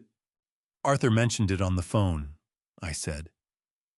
He said she'd told him about a condominium, a resort property, high-end waterfront. She'd been talking about it for months. He said she spoke about it the way she spoke about everything she wanted, like it was already hers and the paperwork was just a formality. Paige's jaw tightened. Where? He wasn't certain of the exact location. He said she'd described it as being on the water about 2 hours from the city. Resort-style amenities, concierge services, the kind of building where the HOA fee is higher than most people's rent. I picked up my coffee. He also said she'd already given them a deposit. How much? $32,000. Paige set down the paper she was holding, very carefully. The way you set something down when you're afraid that if you're not careful about it, you'll throw it instead. She put down $32,000. She said, on an apartment she was planning to buy with money from selling a house she didn't own. That is correct. Where did the $32,000 come from? That, I said, is the question. I had been thinking about it since Arthur mentioned the deposit. $32,000 was a specific number large enough to be significant, precise enough to suggest it had come from somewhere specific, rather than being pulled from general savings. Part of it was almost certainly from what Nolan had been funneling to her. But I want to verify the exact source before we sit down with everyone. It matters because it tells us whether Valerie was spending money she thought was legitimately hers or money she knew was stolen. Does it change anything legally? It changes the picture, I said. Intent always changes the picture. Gerald would know better than I would. I pulled out my phone. But before I call him, I want to call Arthur. He may know which account the deposit came from. I dialed. Arthur picked up on the third ring, and I could hear the particular quality of silence behind him That meant he was somewhere private, probably the same precautionary maneuver he'd used when we spoke on Christmas morning. "Grant," he said. "I've been expecting you to call." "The resort deposit," I said. "Do you know which account it came from?" A pause. Papers rustling. "Her personal savings account," Arthur said. "The one she's had since before we were married. I saw the withdrawal when I was reviewing statements this morning. December 18th, $32,400. What was in that account before the withdrawal? $32,612, Arthur said. She withdrew virtually everything in it, Grant. She left $212 probably to keep the account open. I did the arithmetic automatically, the way 30 years of running a business conditions you to do. Arthur, that account, how much was in it a year ago? Another pause. Longer. I'd have to look back further. Roughly. Do you know? Roughly. He exhaled. 4,000. Maybe 5. She never kept much in it. She said savings accounts were for people who didn't have better options. A beat. I noticed it had grown considerably in the past 18 months. She said she'd been setting money aside from household transfers. From Nolan's transfers, I said. The silence that followed had weight to it. Real weight, the kind that accumulates when a person spends 20 seconds facing something they have been circling for 18 months without ever quite landing on it. "Yes," Arthur said finally. "From Nolan's transfers." I thanked him and ended the call. Paige had been watching my face throughout the conversation, reading the side she could hear. Now she leaned forward with both forearms on the table. "Tell me," she said. The Valerie's savings account had approximately $4,000 or $5,000 in it 18 months ago, I said. It had grown to $32,600 by December 18th. She withdrew almost all of it to place the deposit on the resort condominium. I looked at my daughter steadily. The growth in her account tracks precisely with the period during which Nolan was sending her regular transfers from your household money. Paige stared at me. Her face cycled through 3 different expressions in about 4 seconds: realization, then fury, then something that settled into a cold, concentrated determination that was more frightening than either of the others. "She saved it," Paige said. "She didn't just spend it on bags and trips. She saved part of it. She was building toward something specific. She was planning her exit from Arthur's life," I said. "A luxury waterfront condo purchased with money she believed would be replenished when Nolan sold the house. Her own income, her own address. Her own," I paused, "independence on someone else's investment." Paige stood up from the table. She walked to the window, stood there for 3 seconds, then turned back around with the decisive energy of someone who has finished thinking and is ready to act. She put down $32,000 of our daughter's college fund on her retirement plan, she said. I want her to have to say that out loud, in front of everyone. I want her to have to look at the people whose money she took and say exactly what she spent it on.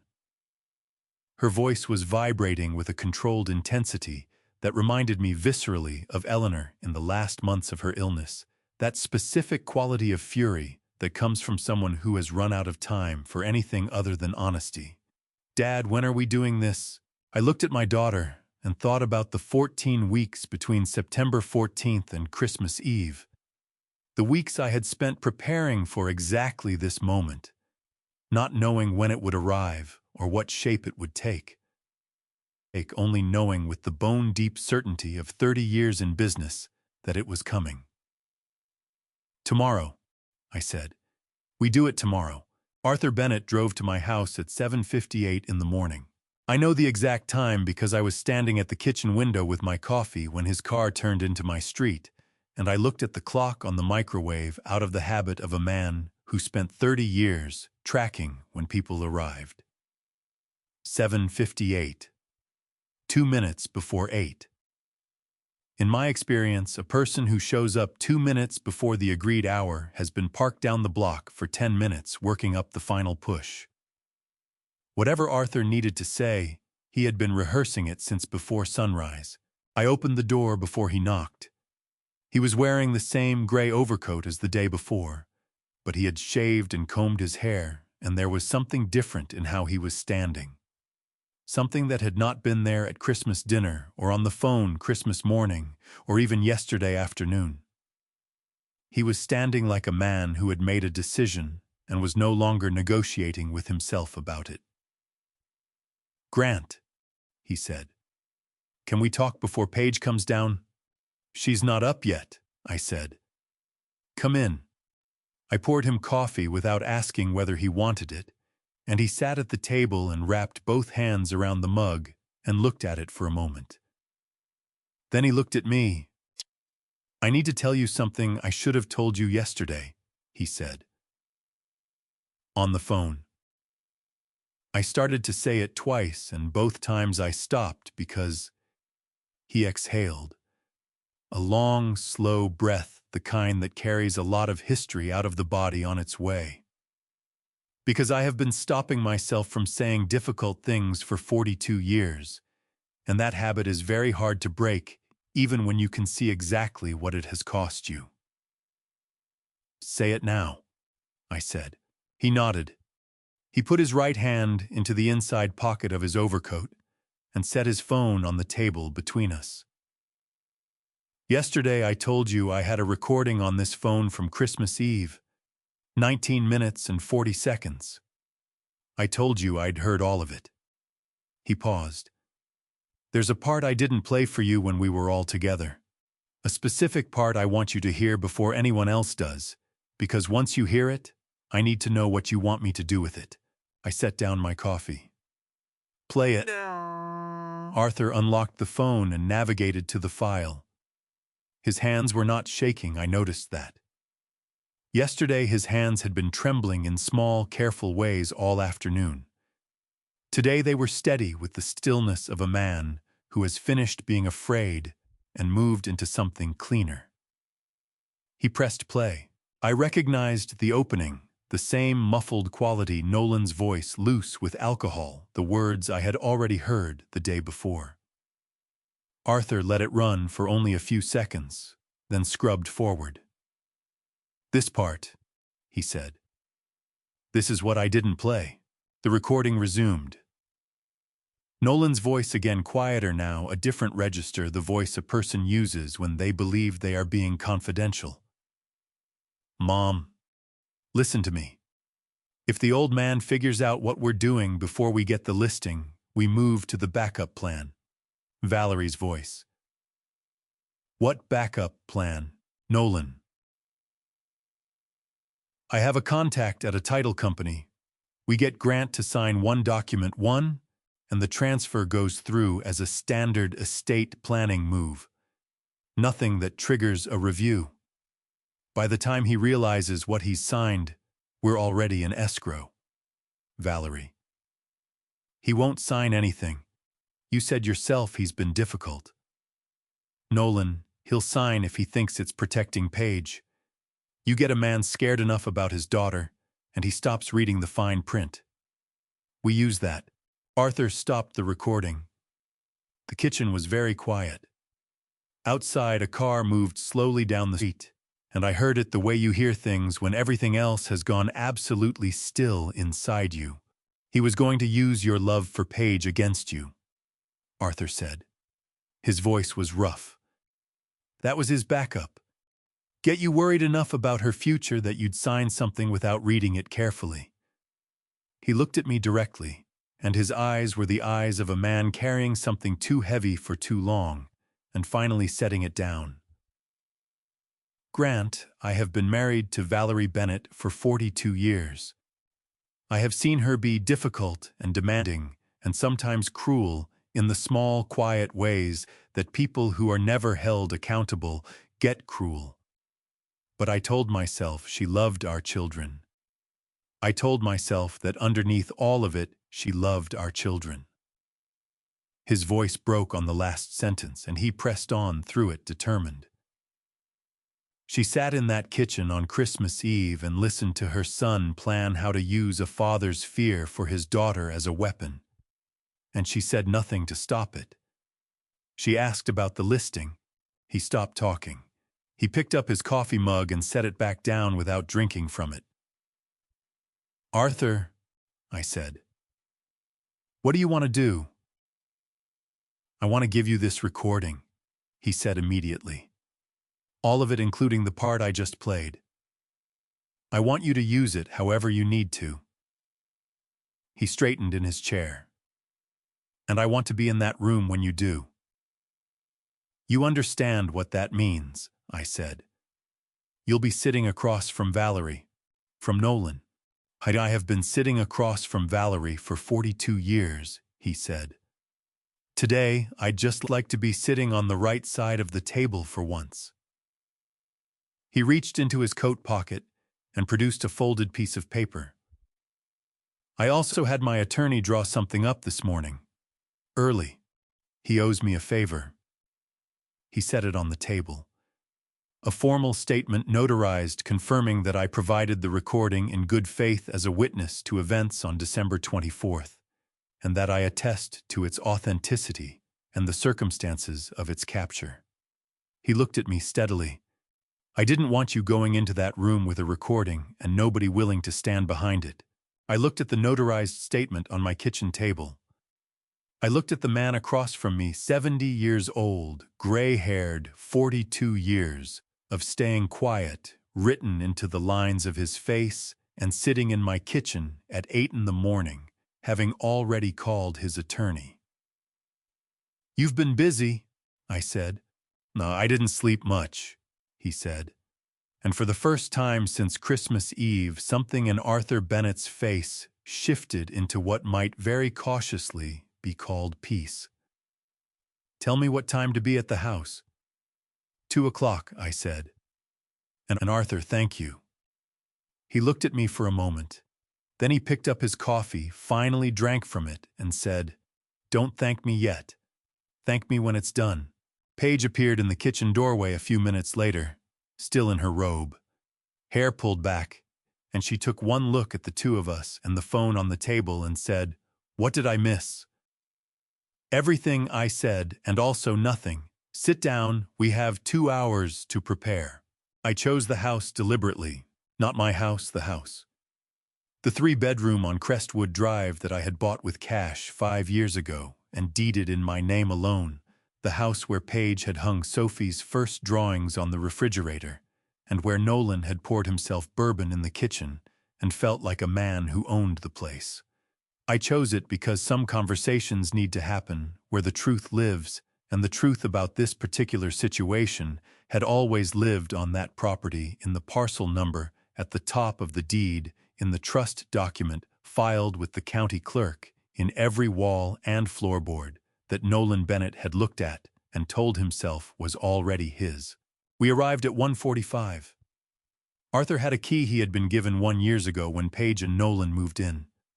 Melissa came with us in her own car, quiet, in the way of someone conserving energy for what was coming. Paige carried a folder with everything we had assembled over the past 4 days: the bank records, the text message screenshots, the management agreement, Melissa's transfer documentation, Arthur's notarized statement. She held it against her chest, the whole drive over like armor. Sophie was with a neighbor. I had arranged it that morning without telling Paige why, and when Paige asked, I said only, "She doesn't need to be here for this." Paige had looked at me for one long second, and then nodded, and that was the end of it. Nolan and Valerie arrived at 2:15 together, which told me Nolan had driven his mother. Valerie came in first, and I watched her face as she moved through the front door into the living room, the practiced scan of a woman who has spent 67 years assessing rooms and the people in them for their relative position to herself. She saw Arthur and Melissa, and her eyes flickered just briefly with something that might have been surprise. Then she saw the folder under Paige's arm, and her chin came up. "I thought this was a family conversation," she said. "It is," I said. "Sit down, Valerie." Something in my voice, the particular flatness of it, I think the complete absence of accommodation, made her sit. Nolan sat beside her.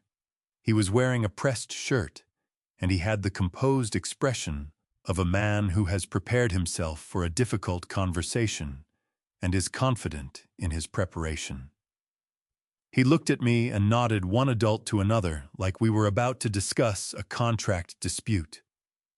"Grant," he said, "I think we all need to clear the air." "We will," I said. "I'm going to start." I opened with the deed. I set the copy on the coffee table in the center of the room, the same document I had set in front of Paige on Christmas morning, and I let everyone look at it. Grant Michael Holloway, sole owner. November 2020. I watched Valerie's eyes move across the page, and I watched the moment she found the name in the owner field and the date in the execution block, and understood what she was reading. Her face did not collapse the way I had expected. It hardened first, a tightening around the jaw, a flattening of the eyes, and then the hardness cracked. And underneath it was something I had not anticipated, not shock, but a specific dawning nausea, the expression of someone realizing they have been lied to by the person they trusted most. She turned to Nolan. "You told me the deed was in your name," she said. Her voice was very quiet. "You told me he kept it for tax reasons." Nolan opened his mouth. "Don't," Paige said. The word came out sharp and clean, a blade of a word. "Don't explain it. Not yet." I set the trust document beside the deed. The property was transferred into an irrevocable trust on September 14th of this year. I said, "Sophie is the sole beneficiary. The trust cannot be dissolved, modified, or circumvented. No sale, transfer, or encumbrance of this property is legally possible until Sophie reaches 18 years of age." I looked at Nolan. "Every document you prepared, every signature you collected, every plan you built around this house has been legally void since September 14th. The room was very still. Nolan's composed expression had not broken, but it had gone slightly glassy, the way a face goes when the person wearing it is running calculations that are not producing the results they expected. The management agreement Paige signed in October. I continued setting that document on the table as well. Is unenforceable for the same reason. You cannot grant management authority over an asset you do not own to a party who holds no legal interest in the trust. I paused. Gerald Hooper confirmed this on the 26th, in writing. "Dad," Nolan started. "I am not your father," I said. "I am the man who owns this house. You can call me Mr. Holloway." Valerie made a sound, a short, involuntary intake of breath, and Nolan's glassy expression finally cracked.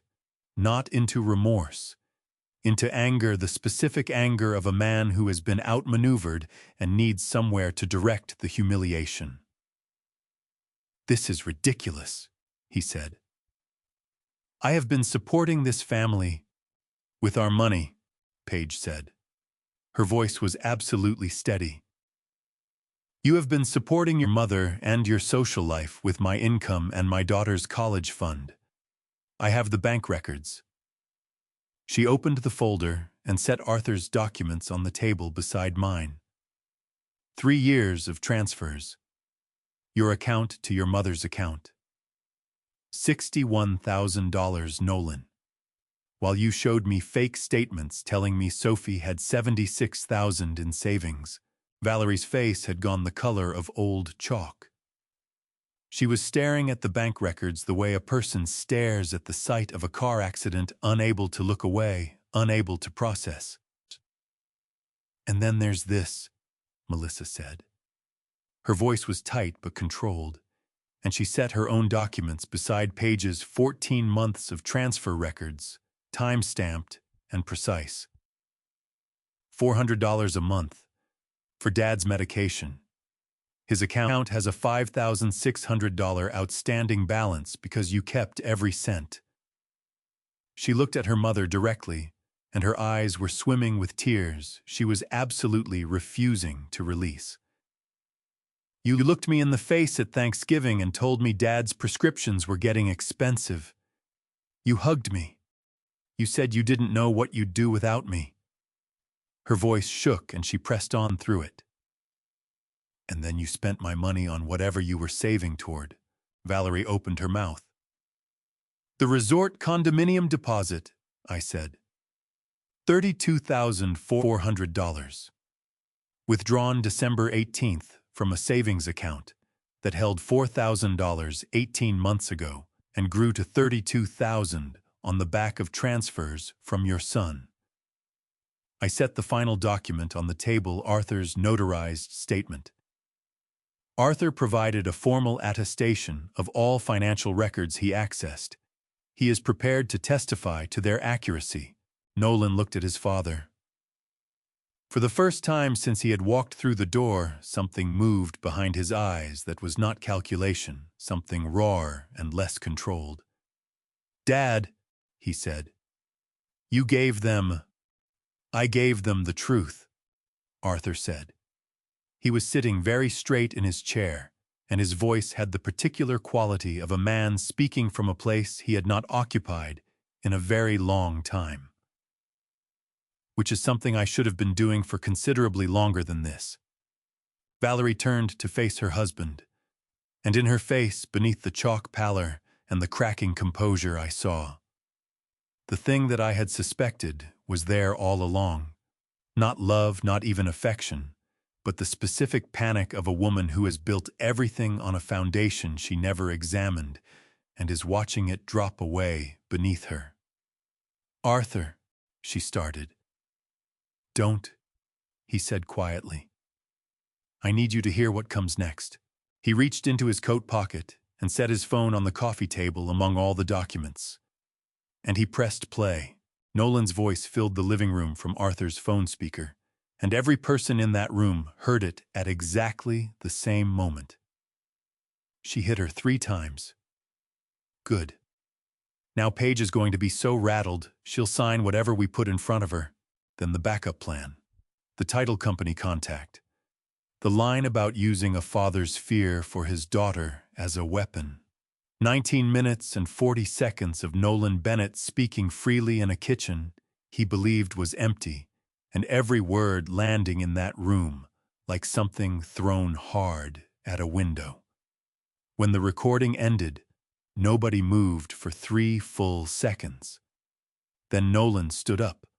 That recording is inadmissible, he said. His voice had a brittle, frantic energy to it. Now the voice of the man whose composure has broken and who is trying to reconstruct it from the inside out while everyone watches. You can't use a private conversation in a legal proceeding without... This is not a legal proceeding, I said. This is a family conversation. Sit down, Nolan. He didn't sit. He pointed at Arthur, and his hand was shaking. You recorded me in my own home. You set me up. I forgot my phone on a shelf, Arthur said. His voice was very quiet and very calm. That's all I did. You said what you said in a room you thought was empty. I didn't put the words in your mouth. Nolan. Paige's voice cut across the room, clean as a blade. Did you print fake bank statements and show them to me every month for 4 years? He turned to her. His jaw was working, the muscles jumping under the skin. Paige. Yes or no? The silence stretched for 4 seconds. 5. Then something in Nolan's face collapsed, not into remorse, into exhaustion. The specific exhaustion of a man who has been carrying a lie so large and so long that letting it go feels less like surrender and more like putting down something that was crushing him. Yes, he said. Page's eyes closed for 1 second. 1. Then they opened again, dry and clear. Did you threaten Sophie? Did you tell our 4-year-old daughter that I would leave her if she talked? Another pause. Nolan looked at the floor. His shoulders caved forward and his hands dropped to his sides, and he said in a voice so low it was almost nothing, "Yes." Melissa made a sound, a short, bitten-off sob, that she caught before it fully escaped and pressed both hands over her mouth. Her eyes spilled over immediately, twin tracks of tears running straight down her cheeks, and she shook her head slowly, like she was trying to dislodge something that had lodged there. "She's 4 years old," Melissa said, her voice muffled behind her hands. "She's 4 years old, Nolan. She's your daughter." Nolan didn't answer.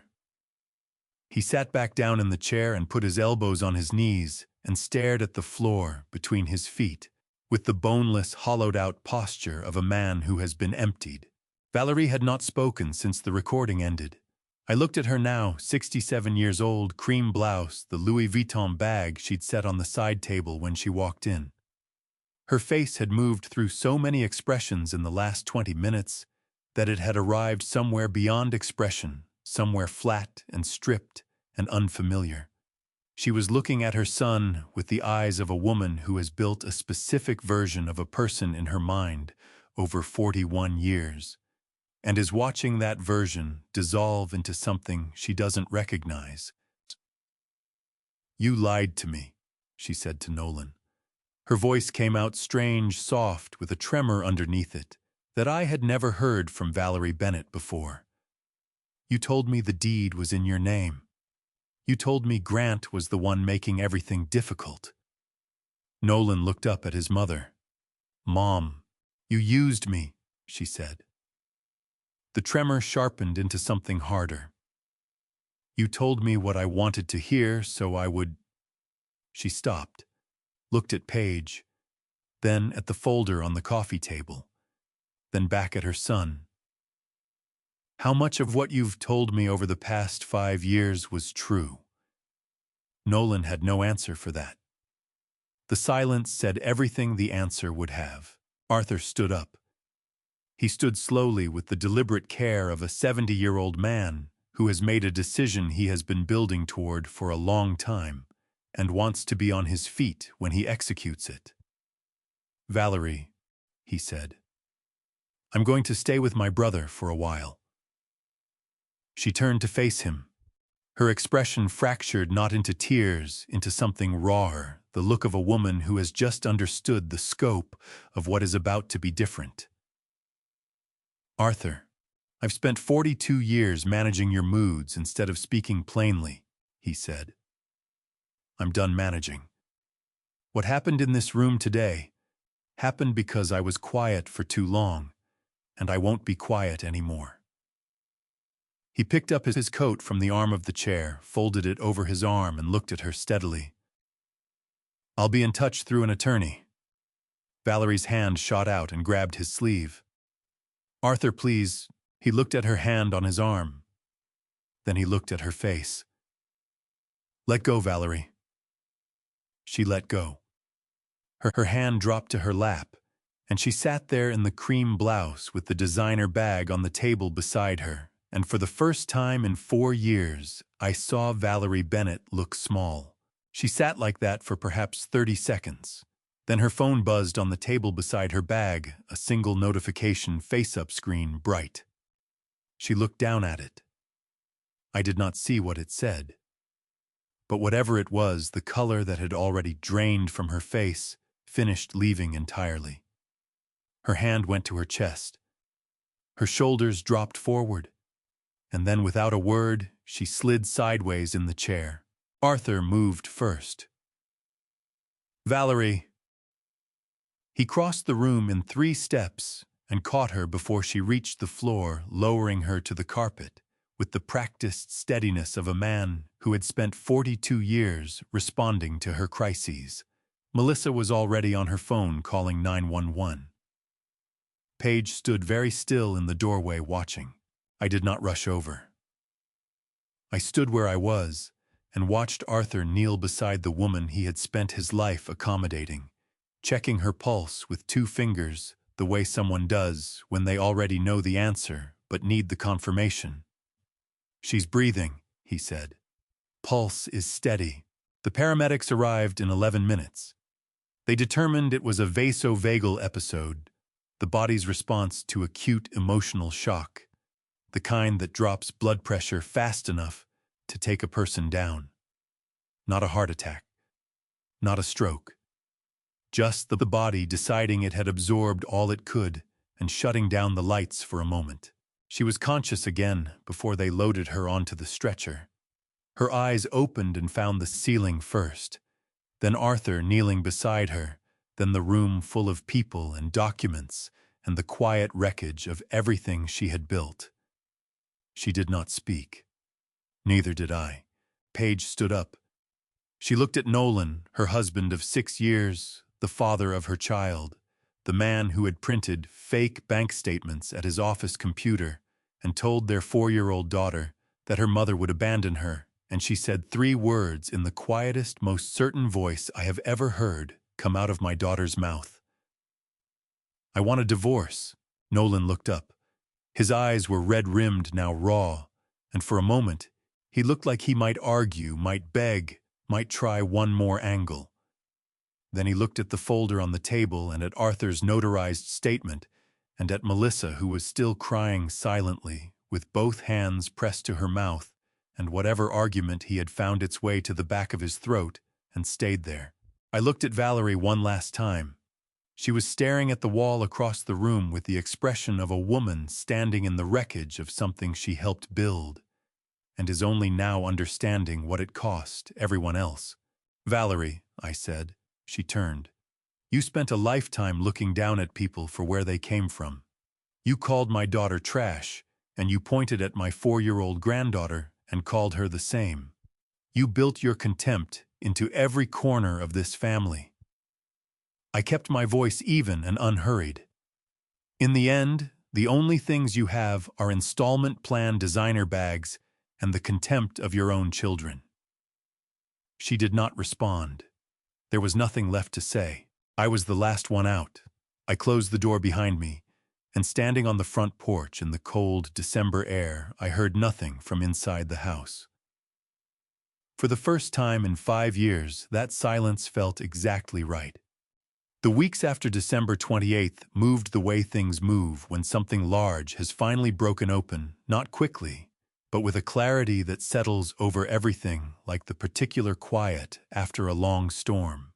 Paige filed for divorce on January 2nd. Nolan did not contest the proceedings in any meaningful way. There was nothing to contest.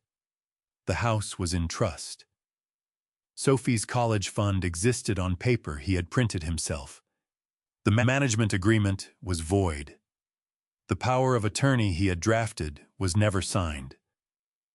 He had spent 4 years building a structure that rested entirely on Grant Holloway, not knowing what was happening, and Grant Holloway had known since September 14th. "How did his lawyer take it?"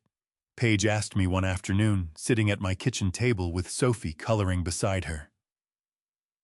"That's between Nolan and his lawyer," I said. But I imagine the conversation was short. She almost smiled. Almost. Valerie lost the resort condominium deposit. $32,400 gone.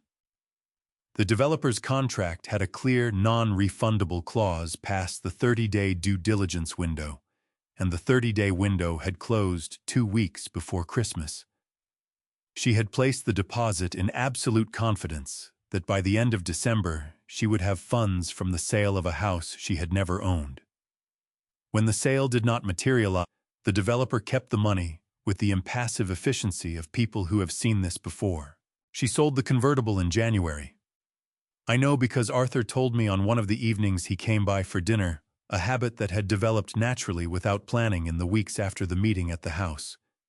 He had moved into his brother's spare room, and he seemed in the specific way of men who have been released from something heavy lighter than I had ever seen him. "She called me last week," he said one evening, passing the bread across the table to Sophie. "She wanted to talk." "What did you say?" I asked. "I told her she could call my attorney." He said it without anger, without satisfaction, just the clean, factual tone of a man reporting something that happened. It felt strange to say it, and also correct. Melissa and Paige found their way toward each other slowly and honestly, the way real things are built, not with a single conversation, but with many small ones, each one slightly less careful than the last. Melissa handled her own finances now without Valerie as an intermediary. The first month she paid Arthur's hospital balance directly. She called Paige afterward, and Paige told me she cried on the phone for 10 minutes. The good kind of crying. Sophie adapted the way 4-year-olds do thoroughly and without ceremony. She called Paige's new apartment "our house" within the first week and established immediate territorial authority over her bedroom with a handwritten sign on the door. She asked once in the car whether she would see Daddy anymore. Paige said they would figure it out together. Sophie accepted this and asked whether they could stop for chicken nuggets. Children have a gift for the essential. One evening in late December, I was putting away the last of the dishes after dinner when I opened the kitchen junk drawer looking for a rubber band. The spare key was there, the one I had kept since the trust documents were filed, the backup key to the house on Crestwood Drive that now belonged in every meaningful sense to a 4-year-old girl who had written her name on her bedroom door in purple crayon. I stood there looking at it for a moment. Valerie had built an entire fantasy around obtaining a key to that house. Nolan had spent 4 years engineering a path to the deed. They had constructed lies and documents and false kindnesses and threats to a small child, all in service of getting control of something that was never theirs to have. The key was a piece of cut metal. It would open a door. It would do nothing else. I closed the drawer. Sophie came padding into the kitchen in her sock feet rabbit under her arm and tugged on my sleeve. "Grandpa, can we read the one about the bear?" "We can read 3 about the bear," I said. She grinned wide and unguarded the grin of a child who has never doubted for a single second that the person she is talking to will say yes, and she pulled me by the hand toward the living room. I let her pull. Eleanor used to say that a house is just walls and a roof.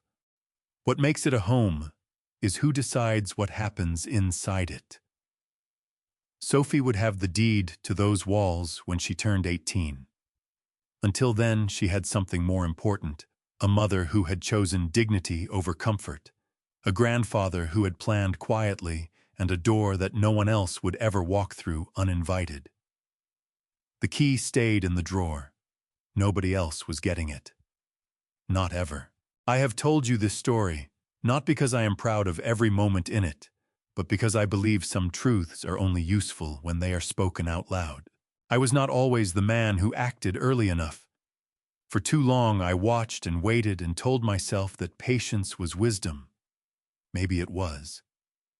But I also know that if Eleanor were still here, she would have said something sooner. And she would have been right. Don't be like me. Don't wait until someone hits your daughter 3 times before you close the door that should have been closed years ago.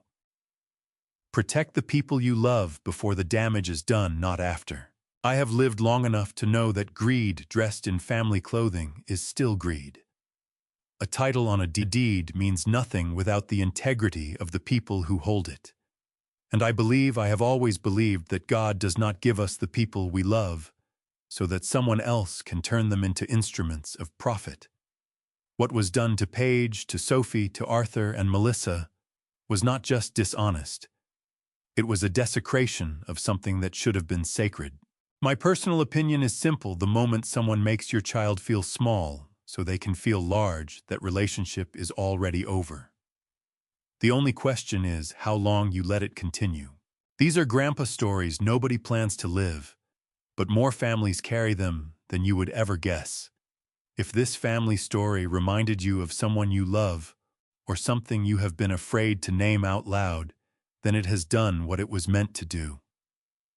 The best grandpa stories are the ones that give someone else the courage to act. If this story moved, you leave a comment below. Your words mean more than you know. Share it with someone who needs to hear it, and if you haven't already, subscribe to Dad's Revenge Stories so you never miss what comes next. Thank you truly for staying with me until the very end. And one last thing, the stories ahead contain some fictionalized elements crafted for the purpose of illustration and reflection. If that is not the kind of content you are looking for, there is no shame in stepping away and finding something that fits you better. But if you are still here, I am glad you are. See you in the next one.